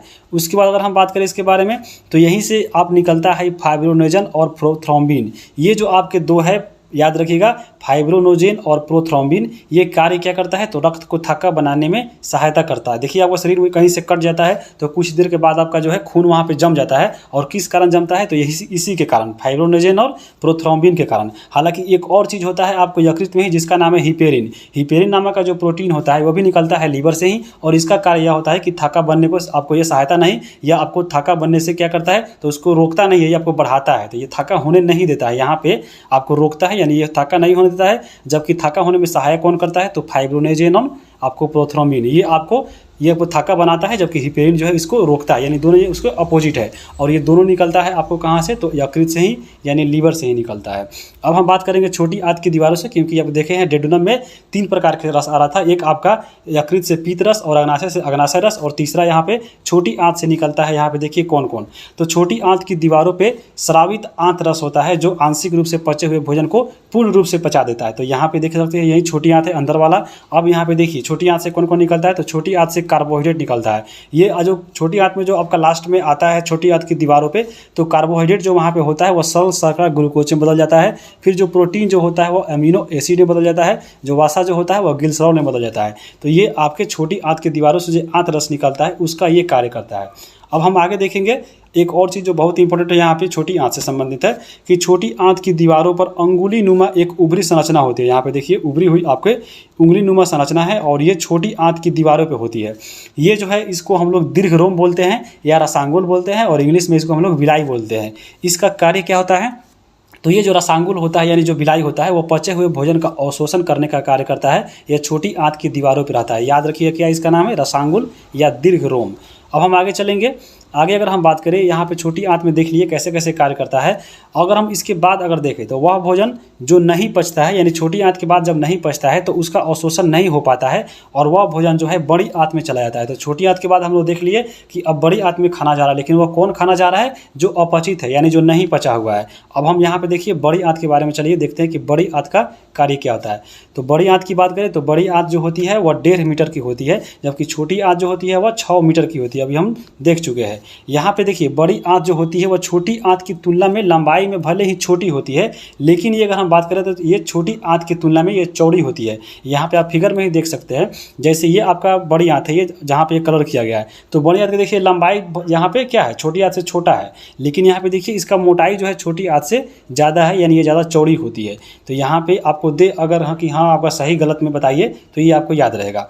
उसके बाद देखिए बड़ी आंत की बात करें तो यह अपचित भोजन से जल और लवण को अवशोषण कर शेष भोजन को गुदा के द्वारा बाहर निकाल देता है और इसे हम लोग निष्कर्षण बोलते हैं। तो बड़ी आंत का यहाँ पे काम देख लिए। बड़ी आंत में किसी प्रकार का पाचन नहीं होता। याद रखिए, आपके ऑप्शन में देता है कि कहाँ कहाँ पाचन होता है, तो याद रखिएगा बड़ी आंत में भोजन का पाचन नहीं होता है। यहाँ पे केवल जल और लवण का अवशोषण होता है और बाकी जो खाना नहीं पचता है वो जाके मल के द्वारा यहाँ पे बाहर निकल जाता है। अब यहाँ पे देखिए हम लोग देखेंगे अवशोषण। ऊपर यहाँ पे हम लोग जानते थे कि 5 प्रकार के जो है आपको खाना जो है प्रक्रिया होती है पाचन की, तो उसमें ऊपर हम लोग देख लिए 2, और यहाँ पे तीसरा है अवशोषण। अवशोषण का मतलब क्या होता है कि बचे हुए भोजन को रुधिर में पहुँचना, उसको अवशोषण कहते हैं। स्वांगीकरण क्या है? तो अवशोषित भोजन का शरीर में उपयोग में जब चल रहा है तो उसको हम लोग बोलते हैं स्वांगीकरण। और मल त्याग तो जानते ही हैं, अपचित भोजन का गुदा के द्वारा बाहर निकलना मल त्याग कहला जाता है। आपके बुक में एक और चीज़ दिया गया था कि ORS। तो ORS की अगर हम बात करें, इसका फुल फॉर्म होता है ओरल रिहाइड्रेशन सॉल्यूशन। यहाँ पे इसका फुल फॉर्म याद रखिएगा, पूछ सकता है। और ये आपको अगर हम बात करें तो ये कब यूज किया जाता है? आपको ये जो है आपको शरीर में पानी की जो कमी होती है रिहाइड्रेशन के लिए इसको यूज किया जाता है। यानी इसको हम बात करें तो आपके बुक में लिखा गया था कि ORS को जीवन रक्षक घोल कहते हैं। और उपयोग के शरीर में जो है आपको मान लीजिए किसी शरीर में व्यक्ति के पानी की कमी हो रही है तो आपको दस्त आने पर डॉक्टर सलाह देता है कि ORS का घोल पीजिए। तो यही आपका ORS है। अगर आपके पास ORS नहीं है तो इसके जो है आपके कंपोजिशन में अलग चीज़ आता है, आपका घरेलू सामान, वो आपको बोला जाता है कि नमक और चीनी का घोल बनाकर पीने के लिए। तो ये भी आपको ORS के बारे में याद रखिएगा। अब यहाँ पे आपके बुक में दिया गया था कि घास चरने वाला जंतु होता है उसमें पाचन कैसे होता है। तो यहाँ पे देखिए इसका जो आहार नाल है मनुष्य के तुलना में अलग होता है। तो यहाँ पे देखिए ये आपका एक प्रकार का क्या है, तो आपका घास चरने वाला जंतु है। और चलिए इसको हम देखते हैं कि पाचन कैसे होता है। तो घास में अगर हम बात करें तो घास में देखिए पाया जाता है सेलुलोज, और ये सेलुलोज का पाचन करता है। मनुष्य घास क्यों नहीं खाता है? क्योंकि सेलुलोज को मनुष्य नहीं पचा पाता है, इसलिए जो है आपको मनुष्य जो है घास नहीं खाता, थोड़ा मोड़ा खाता है और वो भी आपको पूरा से पचता नहीं है, देखते होइएगा। तो ये आपको सेलुलोज है। यहाँ पे अगर हम बात करें सेलुलोज के बारे में तो सेलुलोज एक प्रकार का कार्बोहाइड्रेट होता है। जंतुओं में अमाशय जो है यहाँ पे 4 भागों में बटा होता है। यहाँ पे जो अमाशय इसका पेट में है ये 4 भागों में बटा होता है और सबसे इसमें जो बड़ा होता है वह होता है रुमेन। तो यहाँ पे देखिए आपका रुमेन जो है यही आपका रुमेन है और ये अमाशय का एक भाग है और ये सबसे बड़ा भाग है कौन? तो रुमेन। अगर हम बात करें इसमें तो जंतु द्वारा जो निगला हुआ भोजन होता है, जंतु जब घास खाता है तो वहाँ पे खाते समय आंशिक यानी कम ही पाचन करता है और पाचन करते समय उसको हम लोग बोलते हैं जुगाल। देखिए खाने समय थोड़ा सा खाता है और घोट जाता है। तो यहाँ पे जब निगल जाता है भोजन जानवर तो जब निगले हुए भोजन को फिर दोबारा मुंह में निकाल कर देखिएगा पचाता है तो उसको बोलते हैं जुगाली। देखिएगा गाय भैंस को सुबह में खा लेगा और आराम से उसको जाकर कहीं बैठा दीजिएगा, बैठ जाएगा, वहाँ पे धीरे धीरे अपना निकाल कर दिन भर चिबाते रहता है, तो उसको बोलते हैं हम लोग जुगाली। देखिए इन्हें जुगाली करना, तो यहाँ पे जुगाली हो गया। और जुगाली काल में जितने भी जानवर होते हैं उसको हम लोग बोलते हैं रूमिनेंट।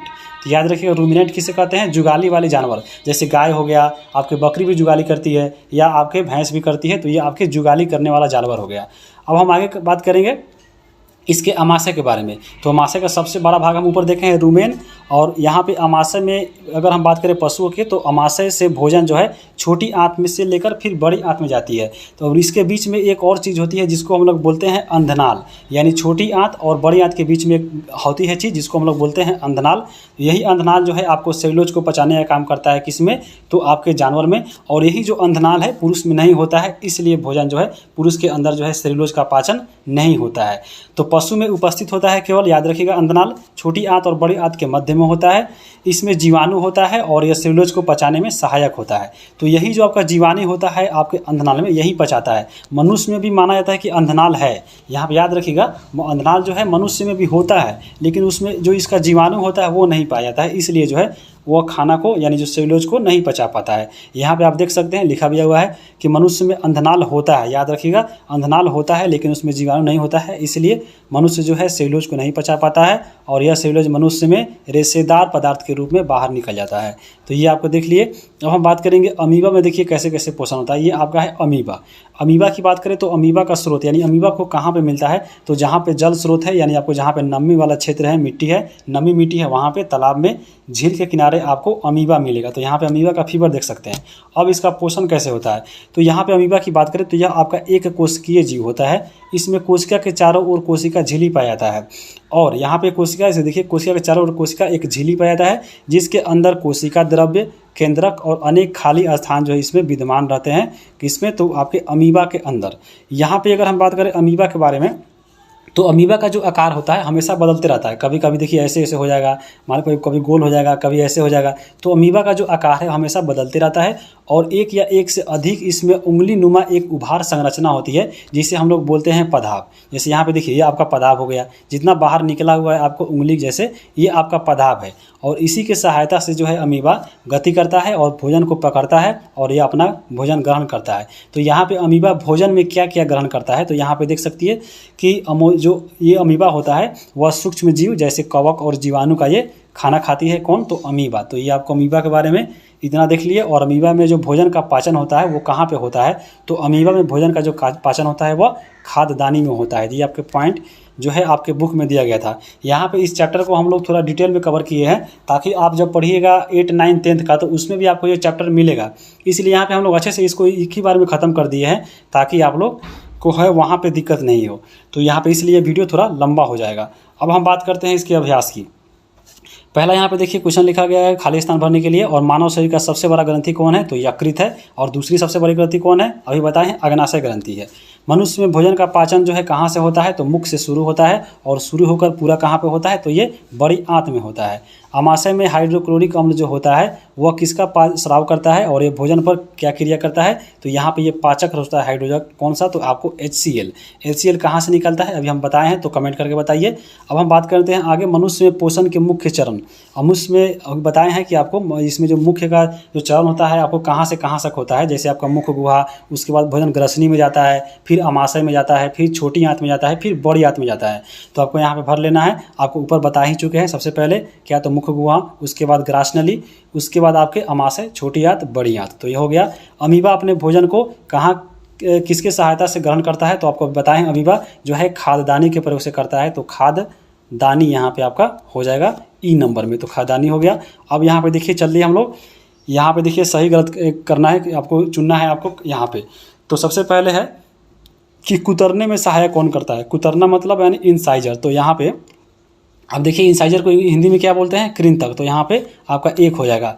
उसके बाद अगला क्वेश्चन यहाँ पे है बी नंबर कि लार यानी जो मंड होता है स्टार्च को बदलता है, किससे बदलता है, यह बदलता है ग्लूकोज में। तो ऑप्शन नंबर यहाँ पे बी हो जाएगा। पीतरस का स्राव, पीतरस कहाँ से निकलता है, तो यकृत से निकलता है।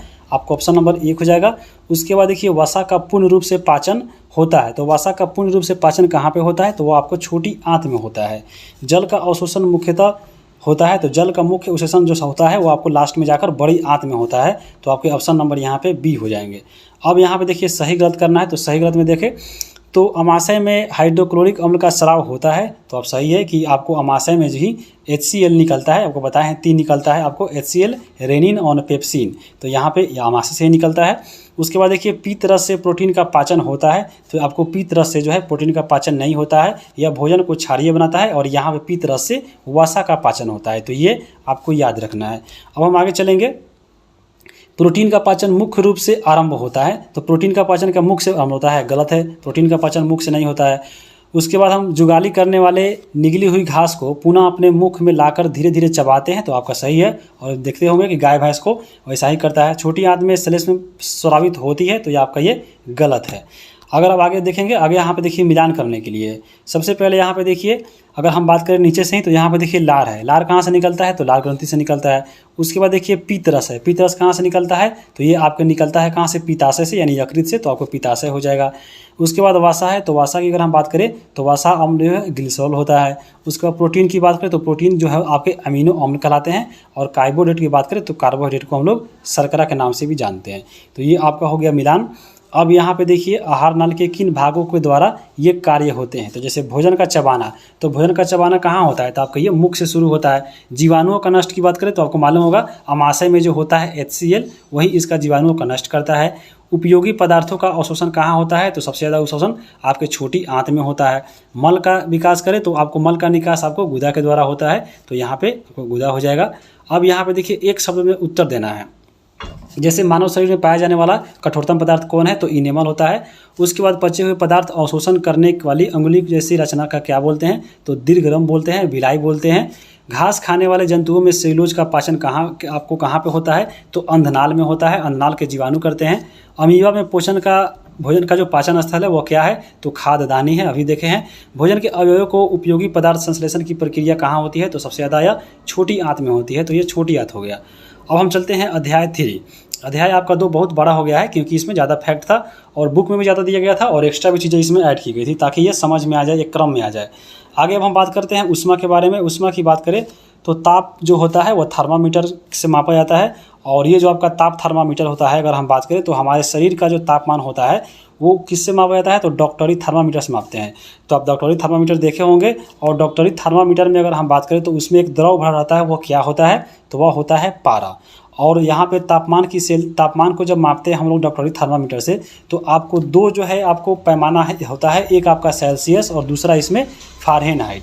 तो यहाँ पे जब हम लोग सेल्सियस में मापते हैं तो सेल्सियस का जो बीच का जो पैमाना होता है वह 35 डिग्री से लेकर 42 डिग्री जो है सेल्सियस के बीच में होता है। जबकि फ़ारेनहाइट की बात करें तो 94 से लेकर 108 डिग्री की आपको फ़ारेनहाइट होता है। देखिएगा कोई बुखार लगता है तो आपको फ़ारेनहाइट या आपको सेल्सियस में नहीं बताएगा, ऐसे बताएगा कि हाँ हमको 100 बुखार है, 99 बुखार है, 102 बुखार है। तो 102 जो बोलता है, अगर आप समझ लीजिए कि अगर इसमें अगर हो गया सेंटीग्रेड में तो समझ लीजिए आप पूरा गल जाइएगा उतना गर्मी में। यहाँ पे उसको फ़ारेनहाइट में होता है। जबकि यहाँ पे देख सकते हैं जब बीच में अगर हम बात करें मनुष्य का तापमान जो होता है वैसा माना जाता है कि 37 डिग्री आपको सेंटीग्रेड आपको सेल्सियस जो होता है वह मनुष्य का तापमान होता है। और यहाँ पे अगर हम बात करें फ़ारेनहाइट में तो 94 से लेकर 108 के बीच में ही होता है। तो आपको 97 के आसपास जो है मनुष्य का जो अगर हम बात करें उतना नॉर्मल का होता है। तो अगर हम चलते हैं आगे अब, तो अगर हम बात करें इसके बारे में तो एक होता है प्रयोगशाला तापमापी। प्रयोगशाला जो तापमापी होता है इसका परिसर होता है मापने का 100 से लेकर 110 जो है सेल्सियस होता है। और अगर हम बात करें इसमें तो इसे किसी वस्तु का जो है तापमान मापते हैं, आपको व्यक्ति का तापमान नहीं मापते हैं, इसको याद रखिएगा। ऊष्मा का स्थानांतरण जो होता है हमेशा जो है गर्मी से ठंडे को देखा होता है, याद रखिएगा। ऊष्मा जब भी बढ़ेगा एक से तो गर्म वस्तु से ठंडे की ओर बढ़ेगा, तो यहाँ पे गर्मी से ठंडा की ओर ऊष्मा का स्थानांतरण होता है। और ऊष्मा संचरण जो होता है वह 3 विधियों से होता है। कौन कौन सा विधि होता है, तो यहाँ पे आप देख सकते हैं। सबसे पहले है चालन, दूसरा है संवहन, तीसरा है आपका विकिरण। चलन को ही बोलते हैं हम लोग कंडक्शन। तो यहाँ पे चलन में इसमें क्या होता है, तो इसमें ऊष्मा का जो संचरण होता है वो एक कण से दूसरे कण के आपस में संपर्क, यहाँ पे याद रखिए एक जो कण दूसरे कण से होते हैं आपस में सटे रहते हैं और उसमें होता है चालन से ऊष्मा का स्थानांतरण। जैसे ठोस हो गया, जैसे लोहा हो गया, एल्युमिनियम हो गया, ये जो चीज़ हो गया वो आपको ऐसा चीज़ है जो आपको एक मोलिक्यूल उसके एक दूसरे के सटे रहते हैं। देखिएगा लोहा को अगर आप एक तरफ इसके एक कोना से भी गर्म कीजिएगा तो धीरे धीरे दूसरा कोना भी है आपको गर्म हो जाता है। जैसे देखिए खाना बनाते हैं तो छोलनी जब छोड़ देते हैं कढ़ाई में तो छोलनी गर्म होता है कढ़ाई में और उसका डंटी भी हो जाता है देखिए, और हाथ जला लेते हैं। तो यही आपका जो है ये आपका उसमें ठोस है और ये चालन प्रक्रिया से ऊष्मा का उसमें ट्रांसफ़र होता है। जबकि हम संवहन में बात करें यानी कन्वेक्शन में बात करें तो इसमें जो ऊष्मा का संचरण होता है इसमें क्या होता है, तो आपको इसमें एक हिस्से से दूसरे हिस्से में अगर हम बात करें तो कणों का स्थानांतरण जरूर होता है, लेकिन आपको इसमें मॉलिक्यूल जो है सटे नहीं रहते हैं। जैसे आपको इसमें एग्जांपल देख लीजिए, पारा को छोड़कर बाकी जितने भी द्रव और गैस है, जैसे पानी हो गया तो पानी का मॉलिक्यूल जो है आपको ठोस के तुलना में आपके पास नहीं होते हैं। तो इसमें संवहन विधि से होता है, याद रखिएगा। द्रव और गैस में जो होता है संवहन से, ठोस में होता है चालन से। एक आपके अपवाद याद रखना है, जो पारा जो होता है वह द्रव होता है और पारा द्रव होते हुए भी यह चालन से आपके गर्म होता है। और इसी प्रकार आपको अगर हम बात करें संवहन में तो आपको जो पारा है वह द्रव है लेकिन ये गर्म होता है चालन से, तो आपके अपवाद वाला याद रखिएगा। और एक और होता है आपका विकिरण। विकिरण जो होता है अगर हम बात करें तो इसमें ऊष्मा का जो स्थानांतरण होता है इसमें किसी माध्यम का जरूरत नहीं पड़ता है। जैसे आपको देख लीजिए सूर्य के प्रकाश से पृथ्वी गर्म हो रहा है तो उसके बीच में कोई माध्यम नहीं है, आपको निर्वात है, ये देखते होंगे निर्वात में प्रकाश, तो यहाँ पे आपके निर्वात में गर्म होता है और उसको हम लोग विकिरण के माध्यम से गर्म होना कहते हैं। तो याद रखिएगा, ठोस में चालन चल जाएगा, द्रव और गैस कौन करेगा, तो संवहन करेगा। और आपके इसमें अगर हम बात करें विकिरण में, तो आपको इसमें कोई माध्यम नहीं होता है, यह रेडिएशन से होता है। आगे हम बात करेंगे इसके बारे में। तो देखिए, जिसमें ऊष्मा का स्थानांतरण होता है वह ऊष्मा का चालक होता है, यानी आपके जिसमें ऊष्मा पास हो जाए वो आपको बोलते हैं हम लोग ऊष्मा का ये चालक वस्तु है। जैसे आपके लोहा हो गए, एल्युमिनियम हो गया। उसके बाद हम बात करें जिसमें ऊष्मा का स्थानांतरण नहीं हो, वह आपके ऊष्मा का कुचालक होता है। जैसे प्लास्टिक हो गया, लकड़ी हो गया। आप देख लीजिए, बड़ा लकड़ी ले लीजिए एक हाथ का और दूसरी तरफ से गर्म कीजिए, आपका जो अपोजिट साइड में है वो सब गर्म होगा तो नहीं होगा। तो ये आपके ऊष्मा का स्थानांतरण इसमें नहीं हुआ और ये कुचालक वस्तु है। जिसमें ऊष्मा का संचरण अगर हम बात करें, जिसमें ऊष्मा का जो संचरण केवल चालन विधि से होता है, वही ऊष्मा का चालक होता है। यहाँ पे बहुत इंपॉर्टेंट पॉइंट है, याद रखिएगा कि ऊष्मा का जो संचरण अगर समझ लीजिए चालन विधि से हो रहा है तो वह ऊष्मा का चालक वस्तु है, और ऊष्मा का संचरण चालन विधि से नहीं हो रहा है तो समझ लीजिए वह ऊष्मा का कुचालक है। जैसे अगर हम बात करें जल और वायु की बात करें, तो जल और जो वायु है ऊष्मा का कुचालक है। क्यों कुचालक है?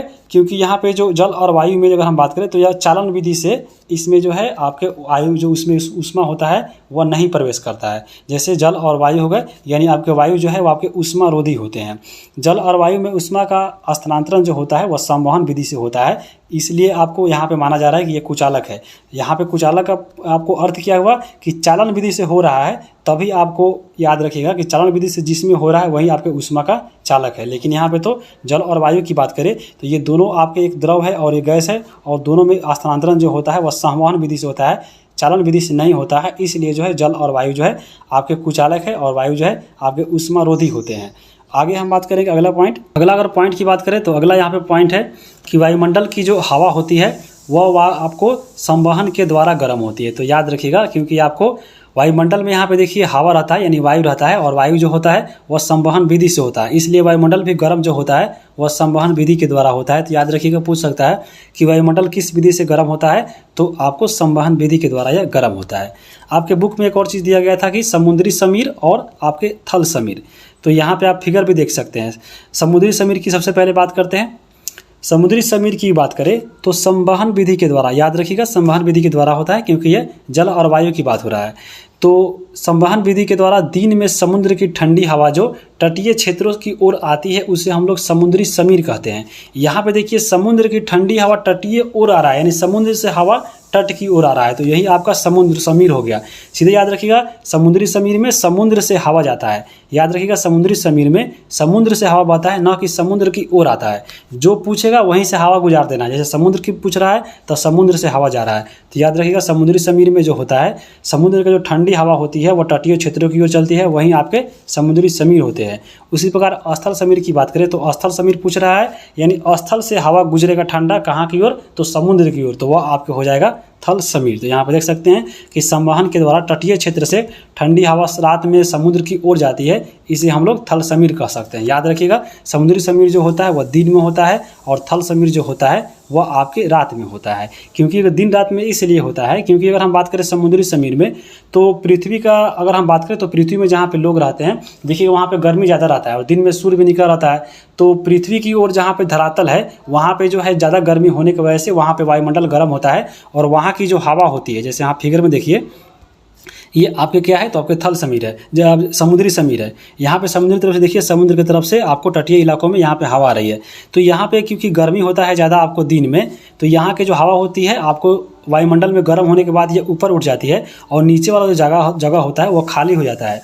इसलिए जो यहाँ पे जो समुद्र से हवा आती रहती है वो ठंडी हवा निकलती है कहाँ पे, तो आपको तट की ओर। इसलिए जो आपके जो होता है कौन सा, तो आपको समुद्री समूह यह आपको दिन में होता है, जबकि उसी प्रकार यहाँ पे देख सकते हैं इसमें रात में, यानी इसके अपोजिट में होता है। तो ये आपको ख्याल रखना है कि समुद्री समीर जो होता है वह दिन में होता है और आपको जो थल समीर होता है वो रात में होता है। इसलिए समुद्र किनारे देखिएगा जो है आपको समुद्र किनारे जितने भी शहर है आपको तटीय इलाकों में है, तो दिन में जो है वहाँ पे देखिए थोड़ा ठंडा लगेगा और रात में थोड़ा ज़्यादा गर्मी पड़ता है। तो ये आप पॉइंट थोड़ा याद रखिएगा, कहाँ से, तो आपके जल समीर और थल समीर और समुद्री समीर से।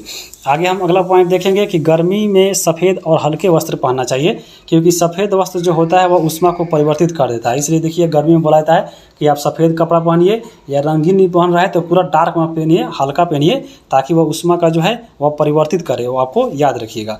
अगर हम बात करें आगे ठंडी में, अगर बात करें तो देखिए ठंडी में काला और गहरा रंग का कपड़ा पहनना चाहिए, क्योंकि जो काला और गहरा रंग होता है वह ऊष्मा को क्या करता है, अवशोषित करता है और शरीर को गर्म रखता है। ये आपके ठंडी में पहनने वाला कपड़ा है। अब हम बात करेंगे सर्दियों के बारे में। तो देखिए सर्दियों में ऊनी कपड़ा पहनना चाहिए, क्योंकि अगर हम बात करें ऊन के बारे में तो ऊन जो है वह ऊष्मारोधी होता है। देखिएगा जब ऊनी कपड़ा पहनते हैं तो ऊन के बीच में जो वायु फंस जाती है वो आपको शरीर के अंदर रहती है और वह आपके शरीर की गर्मी से जो है आपको बाहर नहीं निकलने देती है। इसलिए आपको ऊनी कपड़ा जो है ठंडा का दिन में पहनना चाहिए। अब हम बात करेंगे आगे। देखिए एक पॉइंट देता है आपको एग्जाम में बहुत ज़्यादा, कि ठंडे में एक मोटे कंबल की तुलना में 2 पतले कंबल जो है ज़्यादा गर्मी क्यों देता है। क्योंकि 2 पतले जो कंबल होते हैं उसके बीच में जो मान लीजिए कंबल है, बीच में जो आपके वायु रहते हैं, ये आपको वायु ऊष्मारोधी होने के कारण जो है वायु इसमें गर्म में रूप में फंस जाती है और ये ज़्यादा गर्मी देता है। इसलिए याद रखिएगा कि आपको 2 कंबल जो है ओढ़ना ज़्यादा गर्मी देता है, मोटा एक कंबल तुलना के अलावा। आगे हम बात करेंगे। अगला यहाँ पे देखिए पॉइंट है विकिरण से, कि विकिरण के द्वारा ऊष्मा का स्थानांतरण जो होता है वह किसी माध्यम की आवश्यकता नहीं पड़ती है। अभी आप बताए हैं कि और ठोस में, और अगर हम बात करें संवहन में और आपके चालन में जो है उसमें ज़रूरी पड़ता है, लेकिन विकिरण में आपके किसी माध्यम की आवश्यकता यहाँ पे नहीं होती है। जैसे सूर्य से हम तक ऊष्मा जो आती है वह विकिरण के द्वारा ही आती है, और आपके विकिरण के माध्यम से यहाँ पर देखिए आपको कुछ उदाहरण दिए गए हैं। जैसे अंगीठी जलता है, देखते होंगे। जैसे आप मान लीजिए कोयला से जलाकर अंगीठी बनाकर आग ताप रहे हैं तो देखिएगा वहाँ पे कोई माध्यम नहीं रहता है, वह विकिरण के माध्यम से आप लोगों को गर्मी महसूस कराता है। उसी प्रकार हीटर भी काम करता है। चूल्हा के पास देखिए बैठकर गर्मी का अनुभव जब लेते हैं वही आपको विकिरण के माध्यम से ही होता है, वहाँ पे बीच में कोई आपके क्या होता है, माध्यम नहीं होता है। तो ये चीज़ें याद रखिएगा। और आगे अगर हम बात करें सूर्य और पृथ्वी के बारे में तो बताए हैं कि इसमें निर्वात नहीं होता है। चलिए अब इसको हम अभ्यास को कवर करते हैं। तो इसमें सबसे पहला जो है आपका अभ्यास कि ऊष्मा चालक और ऊष्मारोधी में अंतर, ये तो आपका 1 नंबरिया है, तो आपको इसको छोड़िए। चलते हैं देखिए आगे हम लोग 5 नंबर जो इसमें दिया गया है, आपको मिलान करने के लिए इसमें दिया गया है कि देखिए गहरे रंग और कपड़े पहनना चाहिए। गहरे रंग के कपड़ा कब पहनना चाहिए, तो वह पहनना चाहिए ठंडा में। तो आपको ठंडा कहाँ है, तो देखिए आपको ऑप्शन नंबर यहाँ पे क्या हो जाएगा, सर्दी में। तो आपको आ हो जाएगा, यानी पहला इसमें पहला आ जाएगा। उसके बाद देखिए समुद्री समीर बहने का समय, तो समुद्री समय बताए हैं, समुद्र समय कब बहता है, तो दिन में बहता है, तो आपको ये अ में चला जाएगा। हल्के रंग के कपड़ा कब पहनना चाहिए, तो हल्का रंग का कपड़ा आपको गर्मी में पहनना चाहिए, तो इसका ई हो जाएगा। थल समीर चलने का समय, तो थल समीर चलता है आपके रात में, तो आपको इसका ई हो जाएगा। तो यहाँ पे ये मिलान कर लीजिए। अब हम आगे चलते हैं। यहाँ पे देखिए सही गलत का निशान है कि 1 लीटर जल जिसका तापमान 0 डिग्री सेंटीग्रेड हो और 1 लीटर जल जिसका तापमान 40 डिग्री सेंटीग्रेड हो, अगर दोनों को मिला दे तो पूरे जल का तापमान क्या होगा। तो यहाँ पे ये ऊष्मा स्थानांतरण से क्वेश्चन है। देखिए जैसे मान लीजिए 40 डिग्री है और आपका 0 डिग्री है, तो ऊष्मा का स्थानांतरण कैसे होगा, आपको ज़्यादा गर्मी से ठंडा की ओर होता है, यानी 40 से ये ट्रांसफ़र 0 की ओर होगा। तो यहाँ पर ट्रांसफ़र जब हो रहा है तो पूरे जल का तापमान बोल रहा है, तो पूरे जल के तापमान की अगर हम बात करें तो देखिए 40 तक कुछ यहाँ पर ट्रांसफ़र कर दिया, तो 40 से कम ही होगा और ये 0 से बड़ा होगा, यानी 40 और 0 डिग्री सेंटीग्रेड के ये बीच में होना चाहिए। तो ये आपको ऑप्शन दे रहा है 10 से कम, तो ये भी नहीं होगा। 40 से अधिक तो होना ही नहीं है। 10 और 40 के बीच में, तो ये आपका सही हो जाएगा। तो ऑप्शन नंबर यहाँ पे ग हो जाएगा। आगे हम देखेंगे आपके 2 नंबर सवाल। 2 नंबर आपका यहाँ पे सवाल है कि बर्फ़ में लकड़ी का चम्मच डाला गया है तो क्या होगा। बर्फ़ में लकड़ी डाल दीजिएगा, लकड़ी का चम्मच, तो लकड़ी क्या होता है, लकड़ी तो आपके ये आपका कुचालक होता है, तो इसमें क्या होगा, कुचालक होने के कारण इसमें कोई प्रभाव नहीं पड़ेगा। यहीं आपके अगर इसमें डाल देते आप कुछ लोहा तो उसमें कुछ ठंडा हो जाता है, लेकिन लकड़ी नहीं हुआ, क्योंकि लकड़ी जो है आपको कुचालक वस्तु है।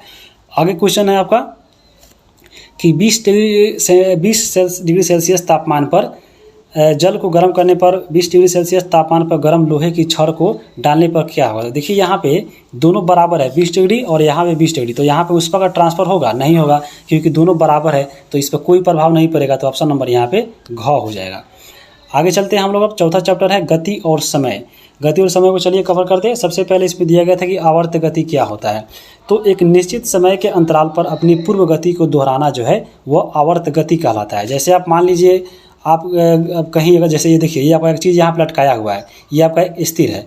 अब इसको मान लीजिए इधर मार के इधर यहाँ पर कुछ लटका दिए हैं, तो इधर से हम घुमा दिए इसको, तो फिर एक बार इधर गया, फिर इधर आया, फिर इधर आया। तो यही चीज़ आपको यानी ऐसे ऐसे ऐसे ये आपको इसका काम ही है ऐसे ऐसे घूमता रहना, यानी एक निश्चित अंतराल में वो अपनी पूर्व गति को दोहरा रहा है, तो उसको हम लोग बोलते हैं आवर्त गति। और आवर्त काल क्या होता है, तो लोलक के द्वारा एक दोलन पूरा करने में लगा जो समय होता है उसको हम लोग आवर्त काल बोलते हैं। तो यहाँ पे देखिए ये लोलक द्वारा एक दोलन पूरा करने में क्या होता है, तो एक लोलक पूरा क्या होता है, जैसे आप देखिए यहाँ पे ये स्थिर है, अगर इसको हम घुमा दिए तो आपको ऐसे गया, फिर ये आपको ऐसे आया और फिर ऐसे आया, तो ये आपका हो गया एक दोलन। यानी आपको देखिए ऐसे, फिर आपको ये पूरा जाएगा इधर और पूरी बीच में आएगा, यानी आपको यहाँ लटका हुआ था, तो ये आपको हो गया क्या, तो एक दोलन हो गया। और इसी एक दोलन को पूरा करने में जितना समय लगता है वही आपको होता है आवर्तकाल। तो आवर्तकाल समझ लीजिए। तो आपको अगर हम बात करें आगे कि लोलक में आवर्त जो गति होता है, वह आवर्त गति का उपयोग हम लोग कहाँ करते हैं, तो समय को मापने में करते हैं, क्योंकि ये बार बार नापता है और बराबर मापता है। और यहाँ पे समय का मात्रक दिया हुआ था, और समय का मात्रक सबको मालूम होगा, आपको सेकेंड होता है। किसी वस्तु के द्वारा इकाई समय में तय की गई दूरी को हम लोग क्या बोलते हैं, तो चाल बोलते हैं। चाल बराबर क्या होता है, दूरी बटा समय, ये आपके बुक में दिया गया था। और इसका मात्रक क्या होता है, तो यहाँ पे अगर हम किलोमीटर में माप रहे हैं तो किलोमीटर आवर हो जाएगा, मीटर में माप रहे हैं तो मीटर पर सेकेंड हो जाएगा, और सेंटीमीटर में माप रहे हैं तो सेंटीमीटर पर सेकेंड हो जाएगा। तो आपको मात्रक देख लिए। उसके बाद आपको दिया था औसत चाल क्या होता है, तो औसत चाल होता है कुल दूरी बटा कुल समय, और आपके यहाँ पे जो चाल का जो है मात्रक, वहीं इसका भी मात्रक होता है। आपके बुक में दिया गया था स्पीडोमीटर और ऑडोमीटर। तो स्पीडोमीटर क्या होता है, तो स्पीडोमीटर जो होता है वो गाड़ी का, देखिएगा बाइक में लगा रहता है आपको ऐसे, और इसमें एक तरफ यहाँ पे खंड बना रहता है जिसमें आपको इसमें लिखा रहता है कुछ कितना किलोमीटर चला। तो ये आपका हो गया ऑडोमीटर। ऑडोमीटर जो होता है वो दूरी मापता है, देखिएगा धीरे धीरे 8, 9, 7 इसमें जो है बढ़ते घटते रहता है। तो ये आपका क्या, आपको ऑडोमीटर हो गया। जबकि यहाँ पे ऐसे सुई जो लगा रहता है ऐसे, देखिएगा जब एक्सीलरेटर बैठिएगा तो ये वाँक से ऐसे जाएगा, तो ये आपको स्पीड मापता है, तो उसको हम लोग बोलते हैं स्पीडोमीटर। और ऑडोमीटर कहाँ होता है, तो गाड़ी में जो ऐसे लिखा रहता है इसमें आपको, ये आपको क्या होता है, ऑडोमीटर होता है। आगे हम बात करेंगे इसके क्वेश्चन का। तो यहाँ पे देखिए निम्नलिखित में से कौन सरल रेखीय गति का उदाहरण है। तो सरल रेखीय का मतलब क्या हुआ, यानी सीधा जा रहा है, तो आपको सीधे पुल पर रेलगाड़ी की गति जो होती है वह आपको क्या होती है, सरल रेखीय गति होती है।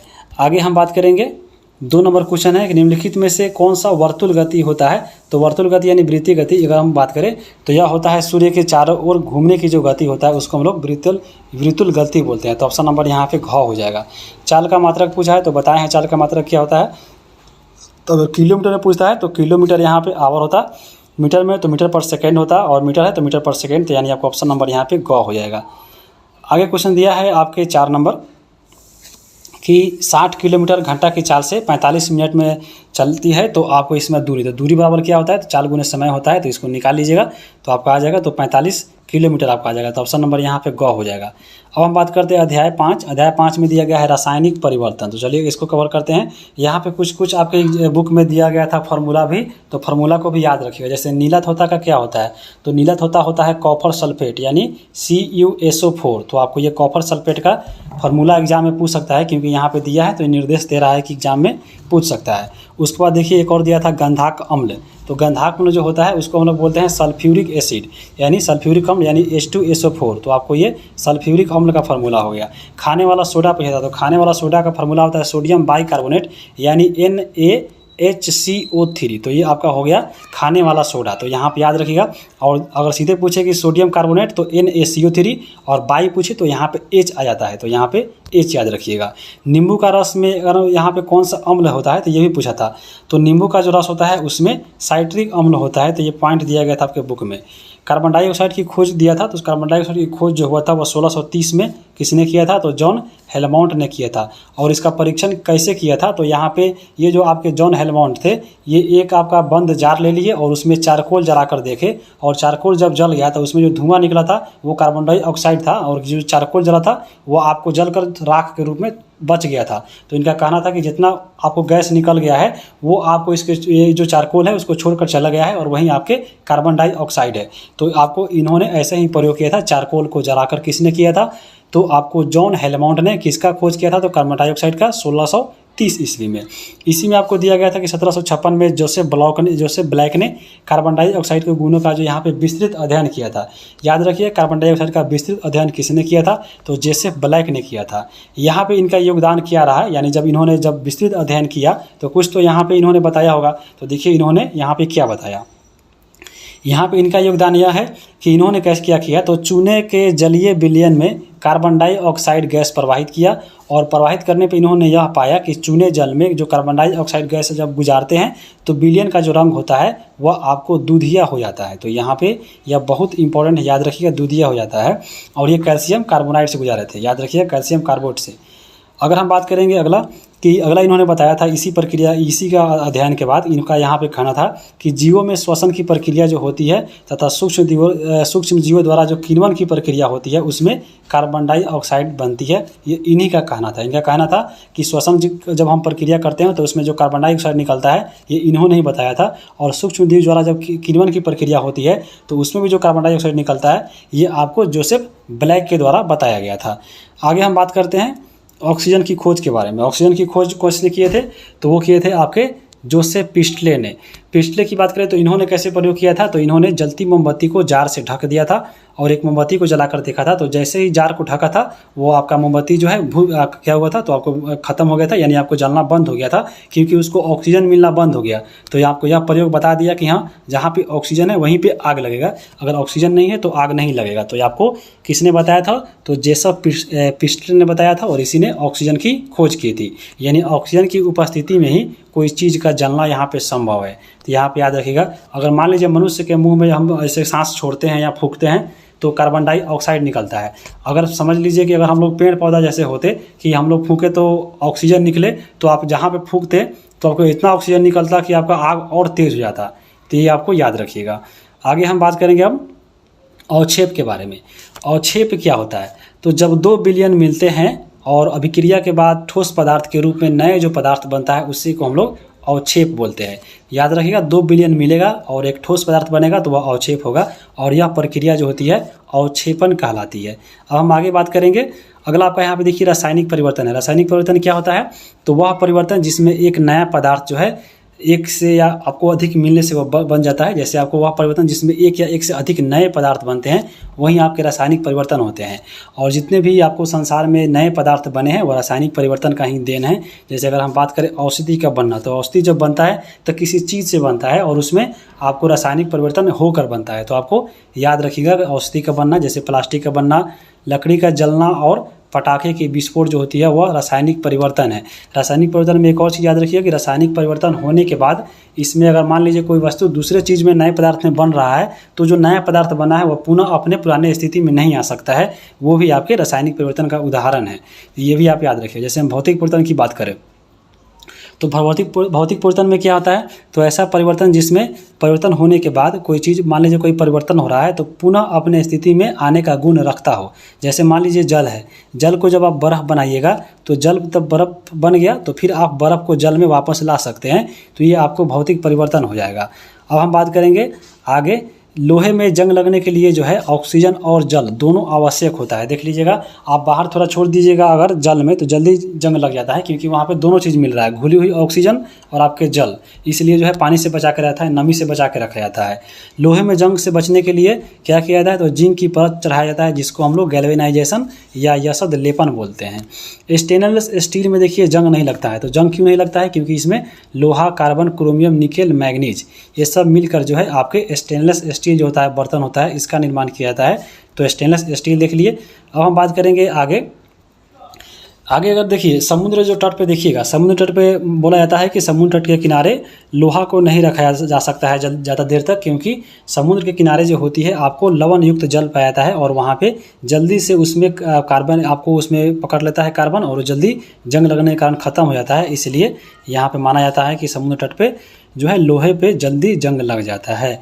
आगे हम बात करेंगे पोटेशियम परमैंगनेट के बारे में। आपके बुक में दिया गया था कि पोटेशियम परमैंगनेट को गर्म करने पे ऑक्सीजन गैस की प्राप्ति होती है। जैसे यहाँ पे आप देख सकते हैं ये आपका पोटेशियम परमैंगनेट है और उसको गर्म किया तो ऑक्सीजन मिला। तो यहाँ पे ये समीकरण याद रखना है कि इसको गर्म करने से क्या बनता है और पोटेशियम परमैंगनेट का फार्मूला क्या होता है। तो KMnO4 यहाँ पे याद रखिएगा कि MnO4 जो है पोटेशियम परमैंगनेट है और इसको हम लोग गर्म करेंगे तो ऑक्सीजन गैस निकलता है।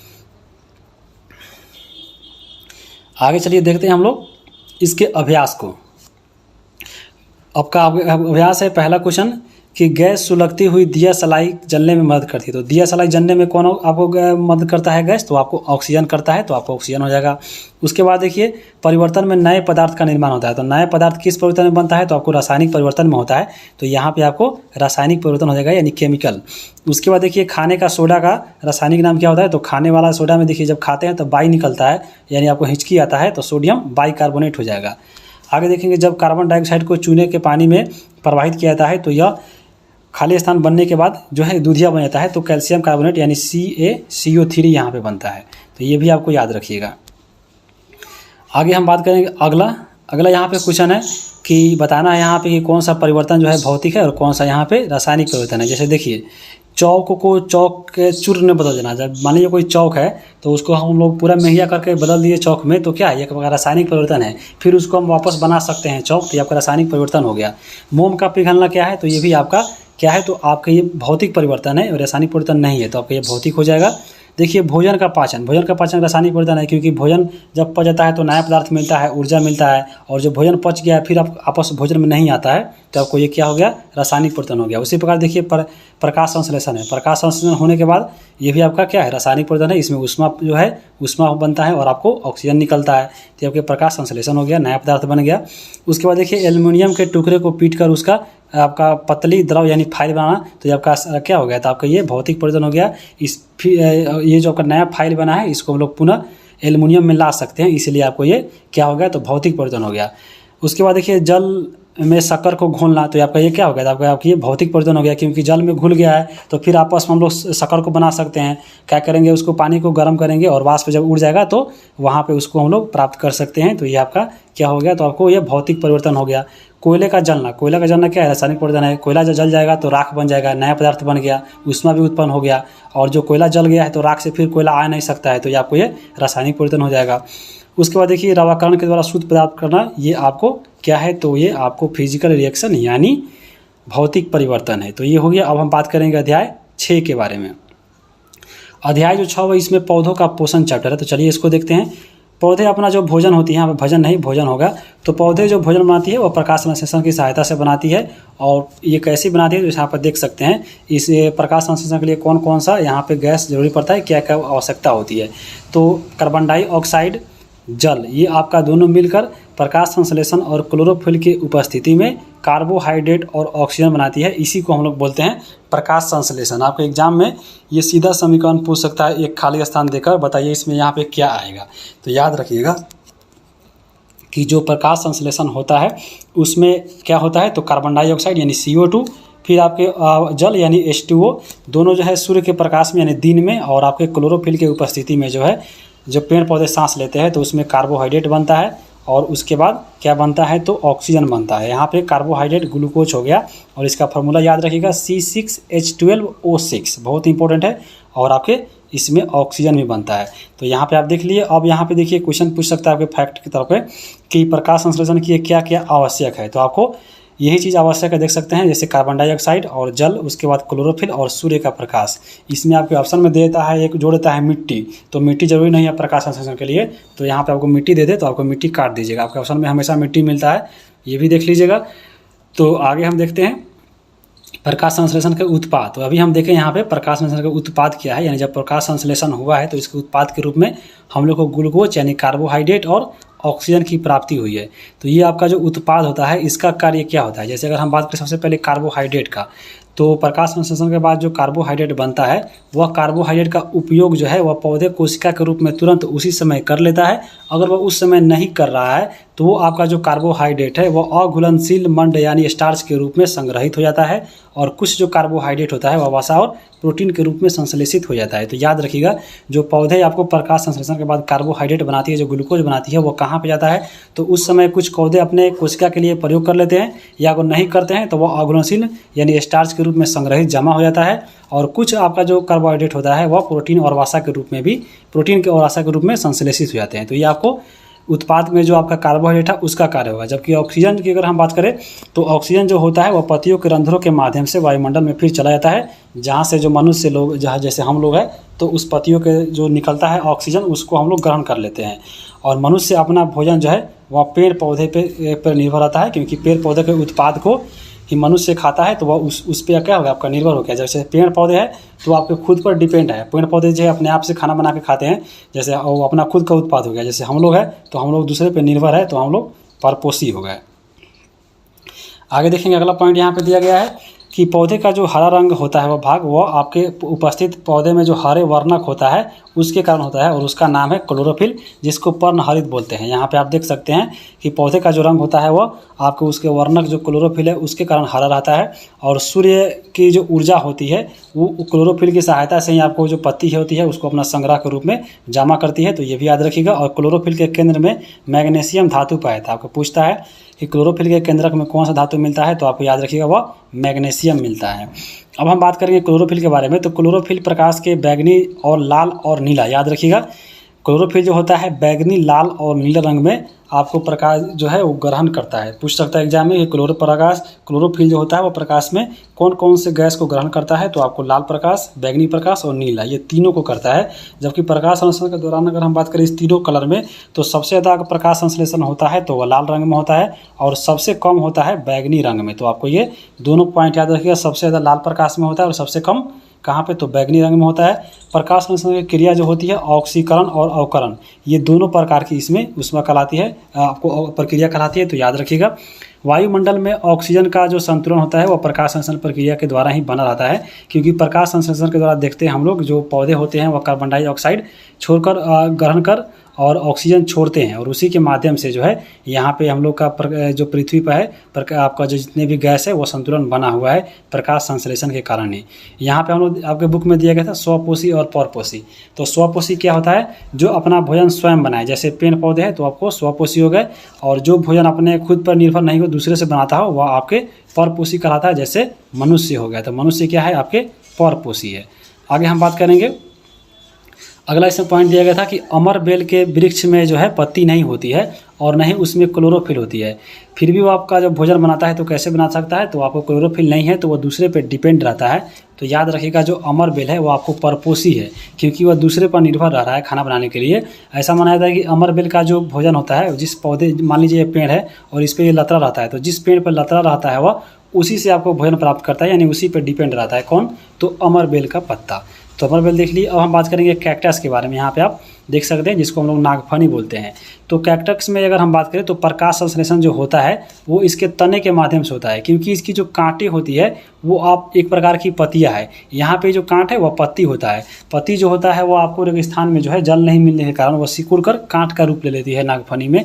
तो यहाँ पे इसमें याद रखिएगा आपको नागफनी के पौधे में जो है प्रकाश संश्लेषण की प्रक्रिया पत्तों में नहीं उसके तनों से होती है। आगे हम देखेंगे कुछ पौधों में देखिए पत्तियां जो होती है वो हरी ना होकर लाल होती है, बैंगनी होती है, भूरे रंग की होती है।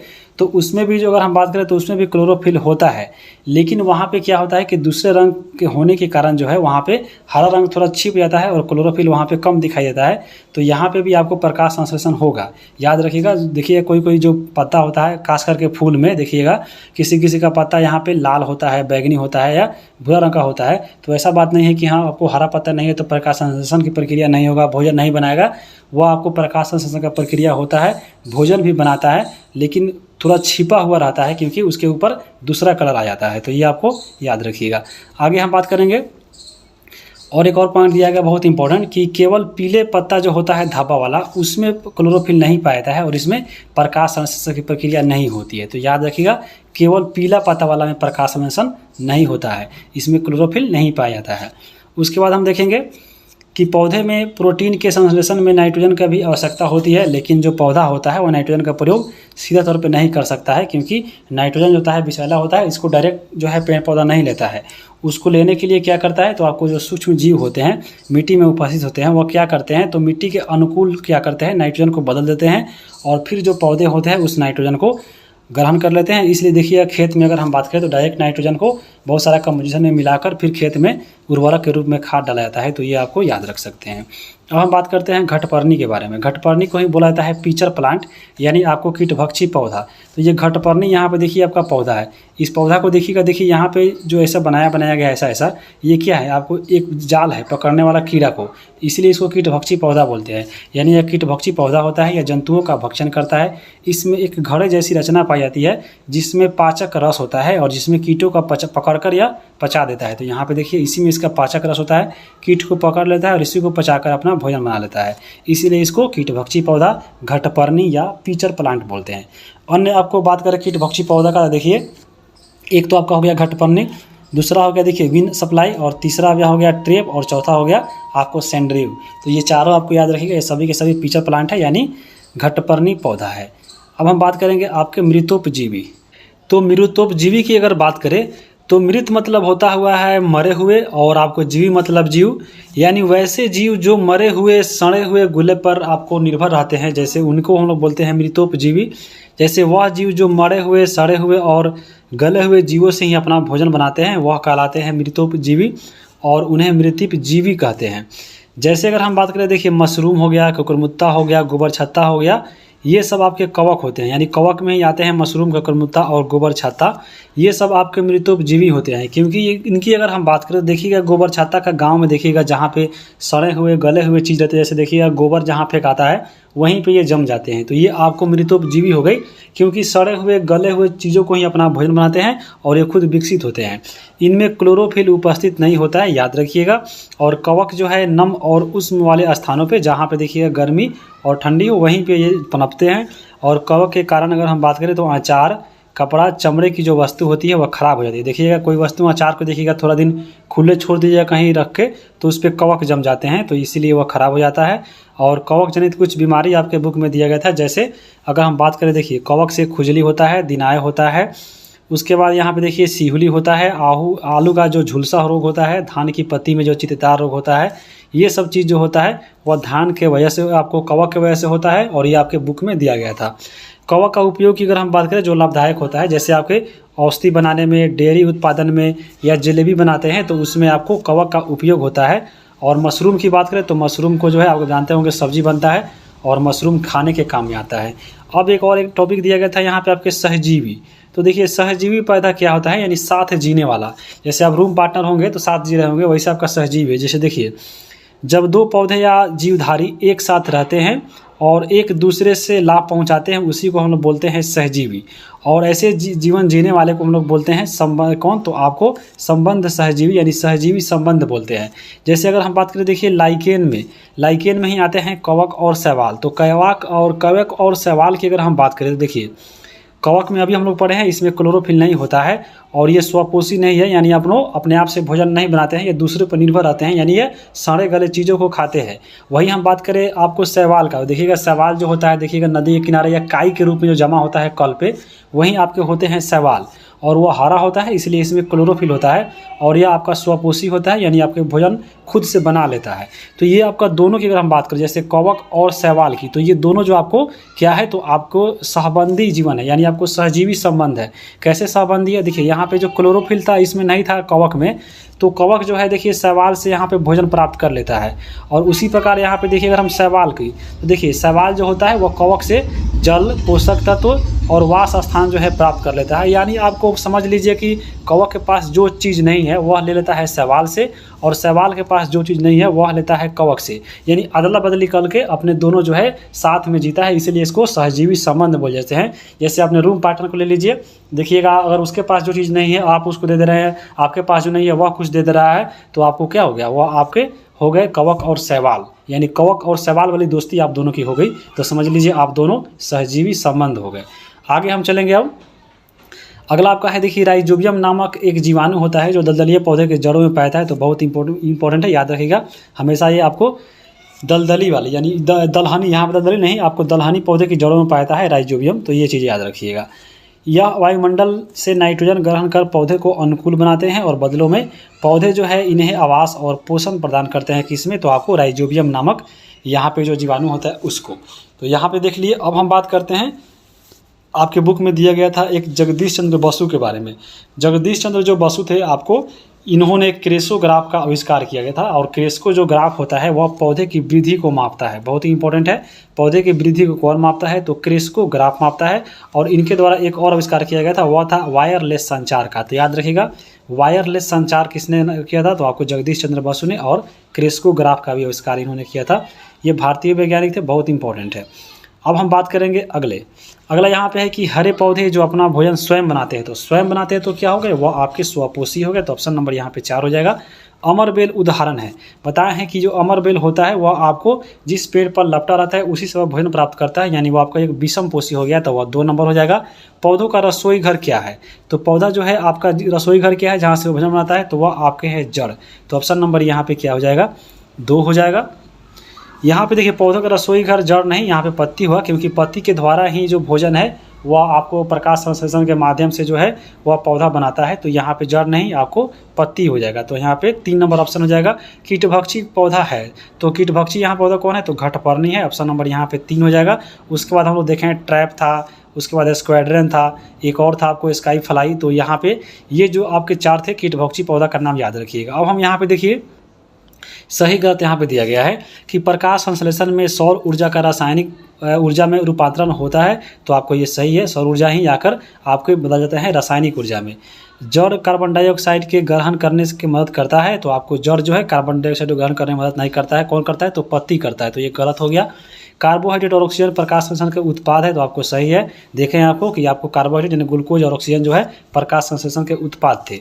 सभी जीव अपने पोषण के लिए हरे पौधे पर निर्भर रहते हैं, तो आपको ये सही है। तो ऑप्शन नंबर यहाँ पे डी सही हो जाएगा। और ये यहाँ पे आप देख लिए। अब हम यहाँ पे देखेंगे मिलान करने के लिए दिया गया है। जैसे हम चलिए मिलान करते हैं। तो सबसे पहले यहाँ पे देखिए है नाइट्रोजन। नाइट्रोजन को देखिए, तो अभी हम बताए हैं आपको, देखिए नाइट्रोजन एक आपका राइजोबियम नामक जीवाणु पे था, तो आपको ये जीवाणु हो जाएगा। रंध्र की बात करें तो रंध्र यानी रंध्र को ही बोलते हैं इंग्लिश में स्टोमेटा। तो स्टोमेटा कहाँ होता है? तो आपको ये पत्तियों में होता है, तो ये आपको पत्ती में हो जाएगा। उसके बाद क्लोरोफिल। क्लोरोफिल की अगर हम बात करें तो क्लोरोफिल में क्या होता है? तो क्लोरोफिल में ही आके आपको कार्बन डाइऑक्साइड आके यहाँ पे गैस जो है आदान प्रदान होता है। उसके बाद मशरूम की बात करें तो अभी देखें हैं जो मशरूम जो होता है क्या था? तो मशरूम आपके मृत्युपजीवी थे। जंतु की बात करें तो जंतु है आपको ये विषम पोषी होते हैं, यानी दूसरे पर निर्भर रहते हैं, तो ये आपको विषम पोषी हो गए, तो आपको मिलान हो गया। अब यहाँ पे देखिए खाली स्थान है कि पत्तियों में पाया जाने वाला हरा रंग कौन होता है? तो आपको पर्णहरित होता है। यहाँ पे देख लीजिए, यानी क्लोरोफिल होता है। जो अपने पोषण के लिए दूसरे पे पौधे पे क्या है? निर्भर है, यानी आपको दूसरे पर डिपेंड है, तो आपको ये विषम पोषी हो गया। ऐसा संबंध जिससे 2 जीव आपस में एक दूसरे से सहयोग करते हो, तो अभी बताएं सहजीवी संबंध हो जाएगा, तो आपको ये भी देख लिए। आगे हम चलेंगे। अब अगले चैप्टर है 7वां चैप्टर। 7वां है हवा आंधी तूफान। तो चलिए इसको देखते हैं। हवा आंधी तूफान में अगर हम बात करें तो वायु जो होता है हमारे चारों ओर विद्यमान है, आपको तभी तो वायुमंडल है। और हवा किसको कहते हैं? तो गतिशील वायु को हम लोग हवा बोलते हैं। मान लीजिए कोई गति में चल रहा है वायु, तो उसको हम लोग हवा बोलेंगे। और वायु जो होती है वह दाब डालती है। वायु दाब कैसे डालती है? जिससे यहाँ पे आप इसके एग्जाम्पल देख सकते हैं। जैसे क्या होता है कि दो आपका गर्म पानी रख दिया है बोतल में, और आपके उबलता हुआ पानी और ये ठंडा हुआ पानी में रख दिया है। तो यहाँ पे दाब का जो अंतर होता है उसके वजह से यहाँ पे बोतल चिपक गया है। क्योंकि अगर हम बात करें ये वाला बोतल में, ठंडा वाला में, तो ये आपका मुंह ढक्कन बंद है, तो यहाँ पे जो गर्म पानी है इसमें वाष्प निकलेगा और इसके बोतल के किनारे किनारे बैठ जाएगा। जब ये फिर यही जल संघनित होगा, तो संघनित होने के बाद क्या होगा? या फिर पानी का रूप लेगा और यहाँ पे वाष्प की कमी होगी, और अब बाहर जो वाष्प होगा वह ज़्यादा होगा, इसलिए बोतल जो यहाँ पे पिचक जाता है। इसलिए जो है वायु में भी दाब होती है। तो ये आपको कुछ प्रयोग दिया गया था आपके बुक में, तो आप इसको पढ़ सकते हैं आपके बुक के माध्यम से। और वायु के भारे के कारण, जैसे इसका एग्जाम्पल भी यहाँ पे जैसे देख सकते हैं, वायु दाब क्या होता है? तो वायु के भार के कारण पृथ्वी पर जो दाब पड़ती है उसे हम लोग वायु दाब बोलते हैं। वायु दाब के कुछ देखिए यहाँ पे उदाहरण दिए गए हैं। जैसे अगर हम बात करें, देखिए वायु दाब के कारण ही पेड़ की पत्तियों का जो है हिलना संभव हो पाता है। उसके बाद देखिए नली के द्वारा जब हम लोग ठंडा पेय पदार्थ पीते हैं तो वहाँ पे क्या होता है? तो वहाँ पे वायु दाब काम करती है। कागज़ का उड़ना भी वायु दाब का कारण है। और गर्म पानी को बोतल में रख के देखिए, जब रखते हैं तो आपको वह चिपक जाता है। आगे हम देखेंगे वायु गर्म होने पर फैलती है और ठंडा होने पर सिकुड़ती है। इसके लिए आपको बुक में देखिए प्रयोग किया गया था। प्रयोग कैसे किया गया था? जैसे देखिए ये आपका बोतल ले लिया गया है, जैसे देखिए, और सभी आपके एक में ठंडा पानी रख दिया गया है और एक आपका गर्म पानी है और एक आपका इसमें जो नॉर्मल पानी है। तो नॉर्मल जो पानी है ये वाला है, इसमें देखिए आपका जो बैलून लगाया है यहाँ पे आपको वैसा ही रह गया है। उसमें देखिए ये आपको अगला जो है यहाँ पे देखिए गर्म पानी है, तो यहाँ पे देखिए पानी जो गर्म हुआ है तो इसमें जो वाष्प निकल रहा है, जो बैलून है, देखिए बैलून इसमें फूलने की कोशिश कर रहा है, यानी आपको ये फूल रहा है, यानी गर्म होने पर जो क्या होगा, वायु यहाँ पे फैल रही है। और ये आपका जो ठंडा वाटर है, ठंडा वाटर में देखिए जो बैलून लगाया गया है वो बैलून आपको नीचे आ रहा है, यानी इसको खींच रहा है, यानी इसमें सिकुड़ने की आपको गुण है।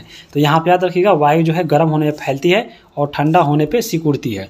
वायु गर्म होने के कारण ही आपको ऊपर उठती है और उसे स्थान को वायु दब जो है वहाँ पे कम हो जाता है, जिसके कारण जो है अन्य स्थानों से वहाँ पे ठंडी हवा आने लगती है। जैसे आप देखते हैं अगर गर्मी के दिनों में अब हम बात करेंगे हवा का वेग। देखिए हवा का जब वेग बढ़ता है तो वायु दाब जो है आपको घटने लगता है। देखिएगा आपको जैसे यहाँ पे देखिए आपको उदाहरण भी दिया गया है, जैसे देखिए ये आपका एक पट्टी लिया गया है कागज़ का और यहाँ पे देखिए वायु यहाँ पे बढ़ रहा है, तो वायु दाब के बढ़ने से क्या होता है, यहाँ पे आपको हवा का वेग बढ़ने से वायु दाब यहाँ पे घट जाता है, क्योंकि नीचे वाला दाब यहाँ पे कम होता है और ये ऊपर उठने लगता है।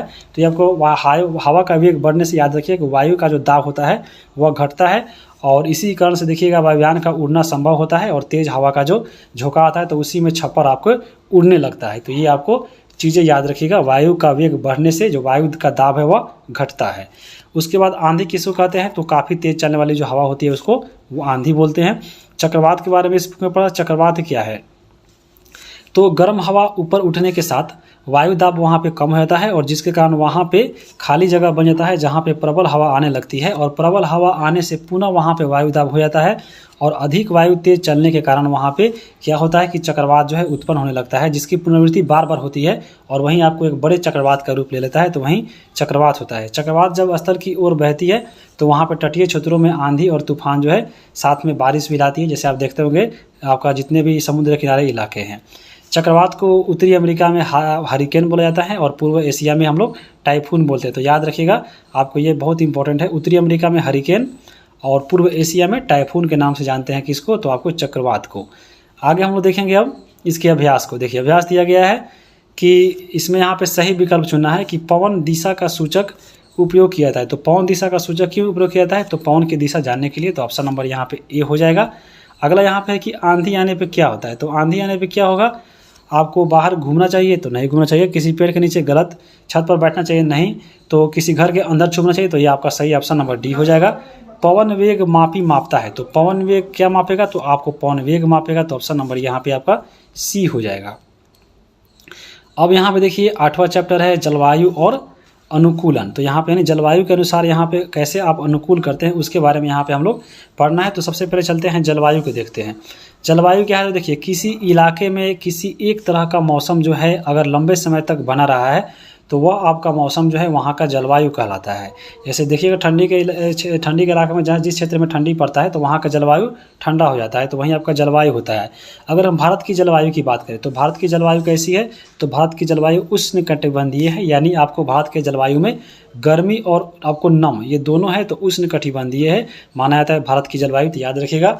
और भारत में 4 आपको ऋतु दी गई है बुक में। बुक के अनुसार अगर यहाँ पे दिया गया था कि शीत ऋतु जो होता है जनवरी फरवरी में होता है, ग्रीष्म जो आता है वो आपको मार्च मई में आता है, वर्षा ऋतु जो आता है जनवरी सितंबर में आता है, और ये दक्षिणी पश्चिम मानसून के कारण होता है वर्षा ऋतु। उसके बाद यहाँ पे देखिए मौसम पश्चात एक लिखा था, यानी आपको जो मौसमी आता है मानसून यहाँ मौसम नहीं मानसून होगा, मानसून पश्चात जो ऋतु आता है वो आपको अक्टूबर और दिसंबर के बीच में आता है। तो ये आपको 4 ऋतु दिया गया था, ये आपको बुक में दिया गया था।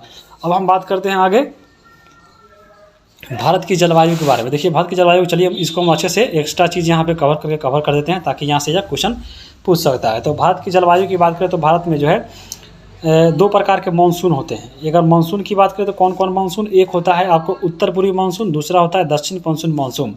उत्तर पूर्वी जो मानसून होता है आपको शीत मानसून यानी ये ठंडे के दिनों में आता है, और दक्षिण पश्चिम मानसून जो होता है वो आपको मार्च और सितंबर के बीच में आता है। तो अभी अगर हम देखिए चल रहा है जून जुलाई, तो अभी आपके दक्षिण पश्चिम मानसून जो है आपको आया है अभी हाल ही में, तो और बहुत बारिश हो रहा है आपको पटना में। ऐसा माना जाता है कि जो बिहार में आपका जो मानसून आता है वो आपको 15 जून को आता है, लेकिन इस बार लेट हो गया। देखे हैं अगर हम लोग EVS का बुक पढ़ रहे थे तो वहाँ पर आप दिया गया था आपके बुक में कि जो मानसून आता है अब बिहार में वो आपके जून के तीसरे सप्ताह में आता है। तो ये आपको ये भी पॉइंट याद रखिएगा, तीसरे सप्ताह में आता है जून में।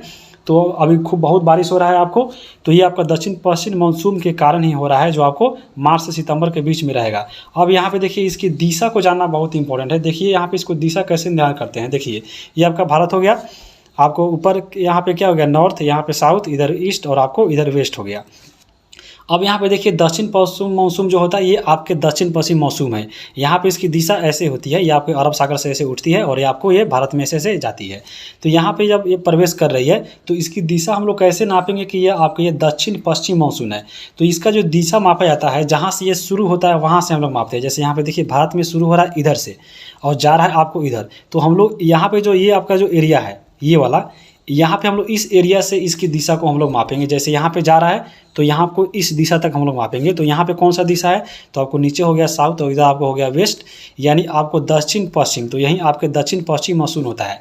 और वहीं आपको जो एक और आपका होता है आपको कौन, तो ऊपर देखें हम लोग उत्तर पूर्वी मानसून। तो उत्तर पूर्वी मानसून हम लोग उसको दिशा कैसे मापते हैं, तो वो आपका जो होता है वो आपको ऐसे आता है। तो उत्तरी मानसून को देखिए हम लोग जैसे माप रहे हैं, तो हम लोग इधर से जब आ रहा है, देखिए अब क्योंकि इधर से लौट रहा है तो हम लोग आपको यहाँ से मापेंगे, यहाँ से जहाँ से आ रहा है। तो यहाँ से आ रहा है तो यहाँ पे देखिए आपका इधर हो जाएगा कौन, तो नॉर्थ यानी उत्तर, और यहाँ पे आपको हो जाएगा कौन, तो आपका पूर्वी। तो इसीलिए इसको उत्तर पूर्वी मानसून बोलते हैं लौटती हुई को। और यहाँ पे जो है यहीं तक हम लोग मापते हैं, तो ये आपको दक्षिण पश्चिम मानसून के नाम से जानते हैं। तो यहाँ पे आपको कन्फ्यूजन थोड़ा दूर हुआ होगा। यहाँ पे याद रखिएगा हमको केवल इसी कोना में, ये जो कोना है इसी में मापेंगे, और इधर से आएगा तो हम लोग एक वाला कोना से आपको इसकी दिशा को निर्धारण करेंगे। तो यहाँ से याद देख लीजिएगा। अब हम बात करेंगे दक्षिण पश्चिम मानसून के कारण सबसे पहले वर्षा जो हो कहाँ पे होती है, तो वह केरल राज्य में होती है, क्योंकि यहीं पे आपको प्रवेश करती है आपका मानसून सबसे पहले, और ये केरल राज्य में बरसात करती है। आगे हम बात करेंगे अब ऊँट के बारे में। देखिए ऊँट के बारे में दिया गया था कि ऊँट जो होता है वह आपको मरुस्थल का जहाज बोला जाता है, आपको मालूम होगा। और ध्रुवीय भालू की बात करें तो ध्रुवीय भालू के बारे में देखिए जो इंपॉर्टेंट पॉइंट दिया गया था, चलिए हम उसको कवर करते हैं। तो ध्रुवीय जो भालू होता है आपको मालूम होगा, ये आपको ठंडे इलाकों में पाया है, जैसे उत्तरी ध्रुव और दक्षिणी ध्रुव के निकट वाले जो क्षेत्र है वहाँ पे रहते हैं, और उसी के अनुकूल ये ढल जाते हैं। जैसे अगर हम बात करें कनाडा हो गया, ग्रीनलैंड हो गया, स्वीडन हो गया, फिनलैंड हो गया, ये आपको ध्रुव के आपके किनारे के आपको देश है। तो यहीं पर आपके ये पाए जाते हैं ध्रुवीय भालू। और इसके शरीर पर देखिए बालों की मोटी परत होती है, क्योंकि ये ठंडे इलाकों में रहते हैं, तो इसका उसी के अनुकूल इसका बाल होता है ताकि इसको ठंडा नहीं लगे। और उस पर इसकी त्वचा भी आपको मोटी होती है, जिसमें एक वसा की परत होती है ताकि इसको ठंडा कम लगे, और इसको सूंघने की जो शक्ति होती है भालू में वह ज़्यादा होती है। ध्रुवीय प्रदेशों में तापमान की बात करें तो -37 डिग्री आपको यहाँ पे सेल्सियस रहता है। तो याद रखिए आपका सेंटीग्रेड यहाँ पे टेम्परेचर आता है। और ध्रुवीय प्रदेशों में अगर हम बात करें तो आपको ज्योग्राफी पढ़ाए थे, तो वहाँ पे आप देखे होंगे कि 6 महीना रात तो 6 महीना वहाँ पे दिन होता है। और क्यों होता है तो उसको हम लोग बताए थे उस क्लास में। और अगर हम बात करें ध्रुवीय भालू को, तो यहाँ पे देखिए ध्रुवीय भालू के जो नाखून होते हैं वो आपके मुड़े हुए होते हैं, लंबे होते हैं और पैने होते हैं, जिससे इसको बर्फ़ में चलने में सहायता होती है। तो ये ध्रुवीय भालू के बारे में आपका यहाँ पे लिया गया था। अन्य आपके बुक में दिया गया था कि ध्रुवीय क्षेत्रों में पाए जाने वाले जानवर कौन कौन होते हैं। तो यहाँ पे देख लीजिए ध्रुवीय क्षेत्रों में पाए जाने वाले जीव की बात करें तो कस्तूरी मृग, पेंगुइन और ध्रुवीय भालू, ये जो होते हैं आपके ध्रुवीय प्रदेशों में पाए जाने वाले जीव है। पेंगुइन की बात करें, देखिए आपका ये पेंगुइन है, यह ध्रुवीय क्षेत्र में पाए जाते हैं। इसकी मोटी चमड़ी होती है और आपको ये तैर भी सकता है। तो यहाँ पे पेंगुइन को देख लीजिए और इसके बारे में याद रखिएगा। अब यहाँ पे एक और पॉइंट दिया गया था आपके बुक में साइबेरियन क्रेन के बारे में। साइबेरियन क्रेन आपको यहाँ पे दिख रहा होगा फोटो में। साइबेरियन जो क्रेन होता है वो आपको साइबेरिया से प्रवास करता है भारत में यह पक्षी, और भारत में आने के बाद ये राजस्थान और हरियाणा का जो सुल्तानपुर है यहाँ पे आता है। और कब आता है तो वहाँ पे ये सर्दियों में आता है। तो बहुत इंपॉर्टेंट है, यहाँ पे साइबेरियन क्रेन के बारे में आप जान गए होंगे। अब हम देखेंगे हनुमाना, आपके बंदर एक बुक में दिया गया था। तो हनुमाना जो बंदर होता है वो आपको भारतीय बंदरों में सबसे अधिक पाया जाता है। यह वर्षा वन में भी रह सकता है, यह कन्याकुमारी से लेकर हिमालय के जो फूट हिल्स है उसमें भी रह सकता है, और आपके ये राजस्थान में भी पाया जाता है। और ये जो आपका हनुमाना मंदिर है आपको हमेशा जो है टोलियों में रहता है, यानी ग्रुप में रहता है। अब यहाँ कुछ हम देखेंगे उष्णकटिबंधीय जीव के बारे में। जो उष्णकटिबंधीय जीव की बात करें तो एशियाई हाथी और हनुमाना जो लंगूर है ये आपको उष्णकटिबंधीय जीव के रूप के आपको कैटेगरी में आते हैं। तो याद रखिएगा। अब हम यहाँ पे देखेंगे इसके अभ्यास को। इसमें देखिए दिया गया है आपको कि इनमें से कौन सा मौसम के घटक नहीं है, किस पे जो है मौसम यहाँ पे निर्भर नहीं करता है। तो पवन तापमान आर्द्रता पे करता है, आपको पहाड़ पे नहीं करता है। तो ऑप्शन नंबर यहाँ पे आपका क्या हो जाएगा, वो आपका डी इसका राइट आंसर हो जाएगा। आगे हम बात करेंगे, दूसरा क्वेश्चन यहाँ पे दिया गया है कि उष्णकटिबंधीय क्षेत्र में पाए जाने वाला जंतु कौन है। तो उष्णकटिबंधीय में अभी हम देखे हैं आपको कि आपको एशियाई हाथी और हनुमाना लंगूर था, जो आपके इसमें ऑप्शन में नहीं दिया गया है। तो ये आपका क्या हो जाएगा, इसमें कोई नहीं होगा, यानी इसमें ऑप्शन एक जोड़ना पड़ता आपके नॉट यानी नॉन ऑफ दिज, तो इसमें होता। यहाँ पे आपको ध्रुवीय भालू और पेंगुइन और जो रेनडियर है ये आपके ध्रुवीय प्रदेशों में पाए जाते हैं। तो इसको याद रखिएगा। अगला है कि ध्रुवीय क्षेत्रों में पाए जाने वाले जंतु कौन है। तो ध्रुवीय क्षेत्रों में अभी बताए हैं आपके कौन है, तो आपको कस्तूरी मृग है, तो आपका ये डी ऑप्शन हो जाएगा। वैसे जंतु जिनके शरीर पर बालों यानी मोटी परत में बाल होती है और वह पाए जाते हैं। तो आपको मोटी परत है तो कहाँ पाया था, ठंडे इलाकों में यानी ध्रुवीय प्रदेश में पाया जाएगा। तो ऑप्शन नंबर यहाँ पे आपका सी हो जाएगा। अगला यहाँ पे देखिए खाली स्थान भरना है कि दीर्घ अवधि के मौसम में जो औसत होता है वह क्या कहलाता है? जलवायु कहलाता है। तो आपको यहाँ पे जलवायु हो जाएगा। वर्ष भर सूर्योदय और सूर्यास्त के खाली स्थान में परिवर्तन होता है, तो किसमें? वह समय में परिवर्तन होता है। तापमान, आर्द्रता आदि जो है वो क्या है? तो मौसम के घटक है, तो आपको यहाँ पे घटक भरा जाएगा। अब यहाँ पे 9 चैप्टर है और वह है गंदे जल का निपटारा। तो चलिए इसको देखते हैं।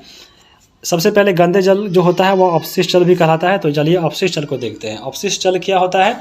तो झाग से भरपूर, तेल मिश्रित यानी तेल मिला हुआ, काले भूरे रंग का जो जल होता है जिसमें कई स्थानों से आकर वह नालियों में मिलता है, वह अपशिष्ट जल कहलाता है।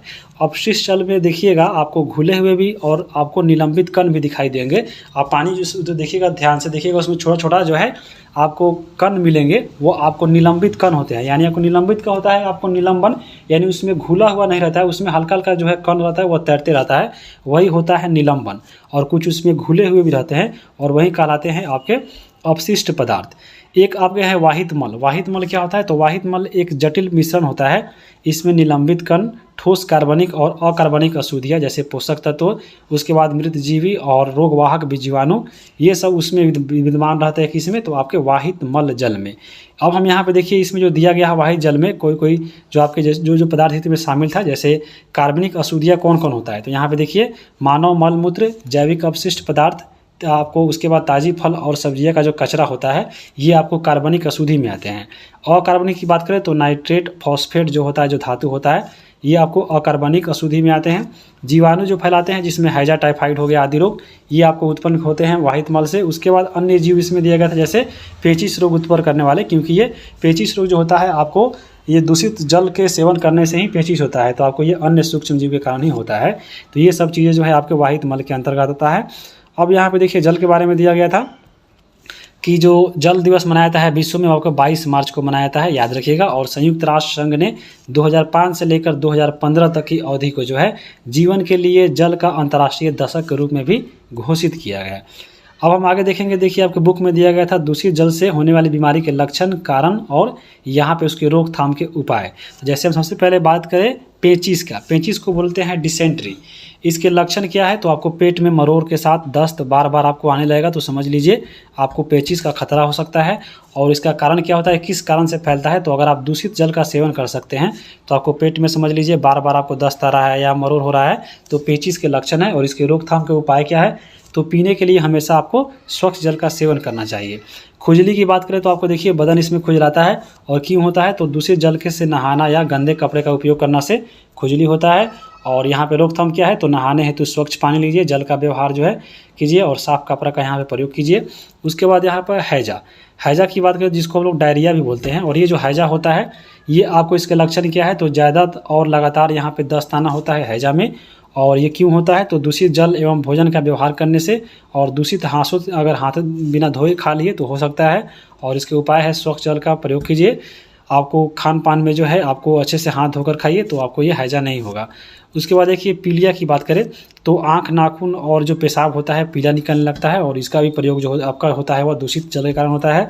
और पेयजल के लिए इसमें सुधार लाना चाहिए, स्वच्छ जल पीजिए तो आपको पीलिया नहीं होगा। अब मलेरिया की बात करें तो देखिए मलेरिया जो होता है वह आपको जाड़ा देकर बुखार आना, यानी इसमें बहुत ठंडा लगता है और बुखार आता है, और ये आपको मादा एनोफिलीज जो मच्छर होता है उसके काटने से होता है। और ये क्यों होता है? तो आपको जल जमाव के कारण जो है देखिएगा बहुत सारा मच्छर वहाँ बैठ जाता है, और वही मादा एनोफिलीज मच्छर काटता है, और बेकार पानी जो होता है वहाँ पे सोखता है, जहाँ पे गड्ढा बन गया है, पानी पास नहीं हो रहा है, तो ये जल जमाव में जहाँ पे मच्छर बैठता है वहीं आपके काटने से मलेरिया होता है। उसके बाद देखिए मेनिंजाइटिस है, जिसको मस्तिष्क ज्वर बोलते हैं, यानी इसमें बुखार लगता है और दूषित जल के सेवन से मेनिंजाइटिस होता है। और इसके रोकथाम के उपाय है कि पॉलीथीन से जो है नाला जो जाम हो जाता है उसको साफ़ करना चाहिए, नाली में पानी द्वारा खेतों की सिंचाई करना, ये सब आपके जो है मेनिंजाइटिस के आपको लक्षण और इसमें उपाय थे। अब हम देखेंगे मानव मल का निपटारा देखिए कैसे होता है। तो मानव मल का जो निपटारा है तो आपको देखिएगा जैसे शहरों में सेप्टिक टैंक बैठाया जाता है, मोबाइल शौचालय देखिएगा, यानी गाड़ी में चलता फिरता जो शौचालय होता है, जैसे देखिएगा कहीं पे मेला लग रहा है या बड़े बड़े आयोजन होता है कहीं पे, तो वहाँ पे चलता फिरता जो देखिएगा आपको हमेशा उसमें, जैसे देखिए अभी पटना चलिए गांधी मैदान में, वहाँ पर हमेशा आपको मोबाइल शौचालय देखने को मिलेगा। तो और एक और होता है कंपोस्टिंग पिट, ये आपको मानव मल का निपटारा का जो है एक वैकल्पिक व्यवस्था है। अगर हम बात करें मानव मल के इसके द्वारा, तो यहाँ पे इनके शौचालयों से अगर हम बात करें तो जो है इनके जो मल है बंद नालियों होते हुए बायोगैस भी यहाँ पे इनके द्वारा चलाया जाता है। जैसे बायोगैस यहाँ पे देख सकते हैं, बायोगैस का जो उपयोग होता है भोजन बनाने में और रोशनी के आपको उपयोग करने में भी इसका प्रयोग करते हैं। किसको? तो बायोगैस का। अब हम देखेंगे अपशिष्ट जल का जो देखिए यहाँ पे उपचारित कैसे कर सकते हैं।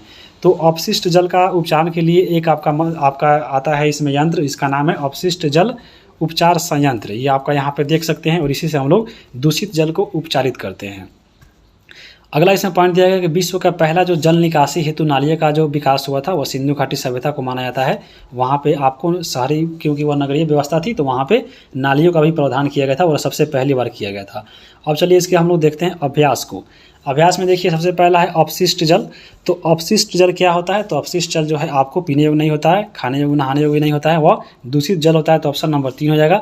जल दिवस विश्व में कब मनाया जाता है? तो 22 मार्च को मनाया जाता है। तो ऑप्शन नंबर यहाँ पे 3 हो जाएगा। दूषित जल होने से कौन सी बीमारी आपको नहीं होती है? तो यहाँ पे पेचिस, पीलिया, खुजली होता है, कैंसर नहीं होता है। तो आपको ये 4 नंबर आपका आंसर हो जाएगा। पीलिया रोग का कारण है, पीलिया रोग का भी बताया है कि आपको दूषित जल का व्यवहार करने से होता है। तो ऑप्शन नंबर यहाँ पे 1 हो जाएगा। चापाकल या कुएं के पास जल जमाव से पेयजल होता है, क्या होता है? तो वहाँ पे वह दूषित हो जाता है क्योंकि वह जल जमाव हो जाता है। अब खाली स्थान भरना यहाँ पे कि हैजा खाली स्थान, हैजा एक खाली जगह जनित बीमारी है। तो हैजा एक आपका जल से, यानी आपका दूषित जल से आपको दूषित जल जनित बीमारी है। उसके बाद यहाँ पे देखिए बायोगैस का उपयोग खाली स्थान के स्रोत के रूप में किया जाता है। तो बायोगैस का जो हम लोग प्रयोग करते हैं, अभी देखें आपको खाना बनाने में या ऊर्जा उत्पन्न करने में, तो आपको ऊर्जा या आपको यहाँ पे खाना बनाने में भी प्रयोग कर सकते हैं। ऑप्शन के अनुसार वाहित मल जो है आपके घर, स्कूल, होटल, अस्पताल आदि से उपयोग के बाद बहने वाला जो क्या होता है खाली स्थान, तो वही आपका अपशिष्ट जल कहलाता है जो आपके नालियों में बहता है। अब यहाँ पे हो गया। अब हम आगे यहाँ पे खाली स्थान अन्य भी है, जैसे है कि वाहिद मल एक जटिल मिश्रण है जिसमें निलंबित ठोस मृतजीवी और रोगवाहक जीवाणु, कार्बनिक और खाली जगह अशुद्धियाँ पाई थे। वहाँ पे हम लोग देखें जैसे ऊपर कि दूषित जल या आपको जीवाणु वाहक जीवी होते हैं वह वाहिद मल के अंदर आते हैं। तो यहाँ पे आप उस अशुद्धियाँ को यहाँ पे भर सकते हैं। 5 साल से कम उम्र के बच्चों की मौत का सबसे बड़ा कारण क्या है? तो आपको जल जनित रोग है, क्योंकि आपको जल से ज़्यादा बीमारियाँ होती है बच्चों में। तो ये 5 साल से कम उम्र के बच्चे हैं, आपको ये नहीं समझते हैं कि हाँ आपको दूषित जल है या साफ जल है, और वो आपको उसी का यूज करते हैं। जैसे अगर आप गलत देखें, अगला आपका सही गलत करना है कि संयुक्त राष्ट्र संघ ने 2005 से 15 की अवधि को जीवन के लिए जल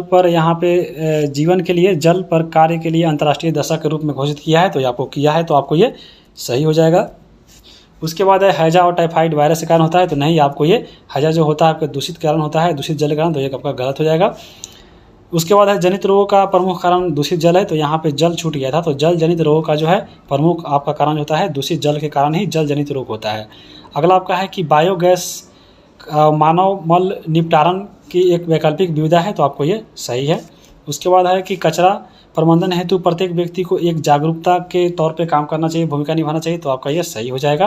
अब हम आगे देखेंगे, यहाँ पे आपको 1 नंबरिया क्वेश्चन है। अब हम देखेंगे आपके अध्याय 10 की बात करें तो आपको देखिए ये आपका बहुत वीडियो लंबा हो रहा है। तो यहाँ पे हम लोग अध्याय 10 को छोड़ देते हैं, क्योंकि आपको पार्ट 1 ये रहने देते हैं और आपको पार्ट 2 जो है हम लोग 10 से लेकर 18 जो चैप्टर बच जाएगा। अब मैंने आपको यहाँ पे 9 चैप्टर, तो आपको 9 चैप्टर हो गया और 9 चैप्टर जो है आपको अगले वीडियो में मिलेगा, क्योंकि वीडियो बहुत लंबा हो जाएगा।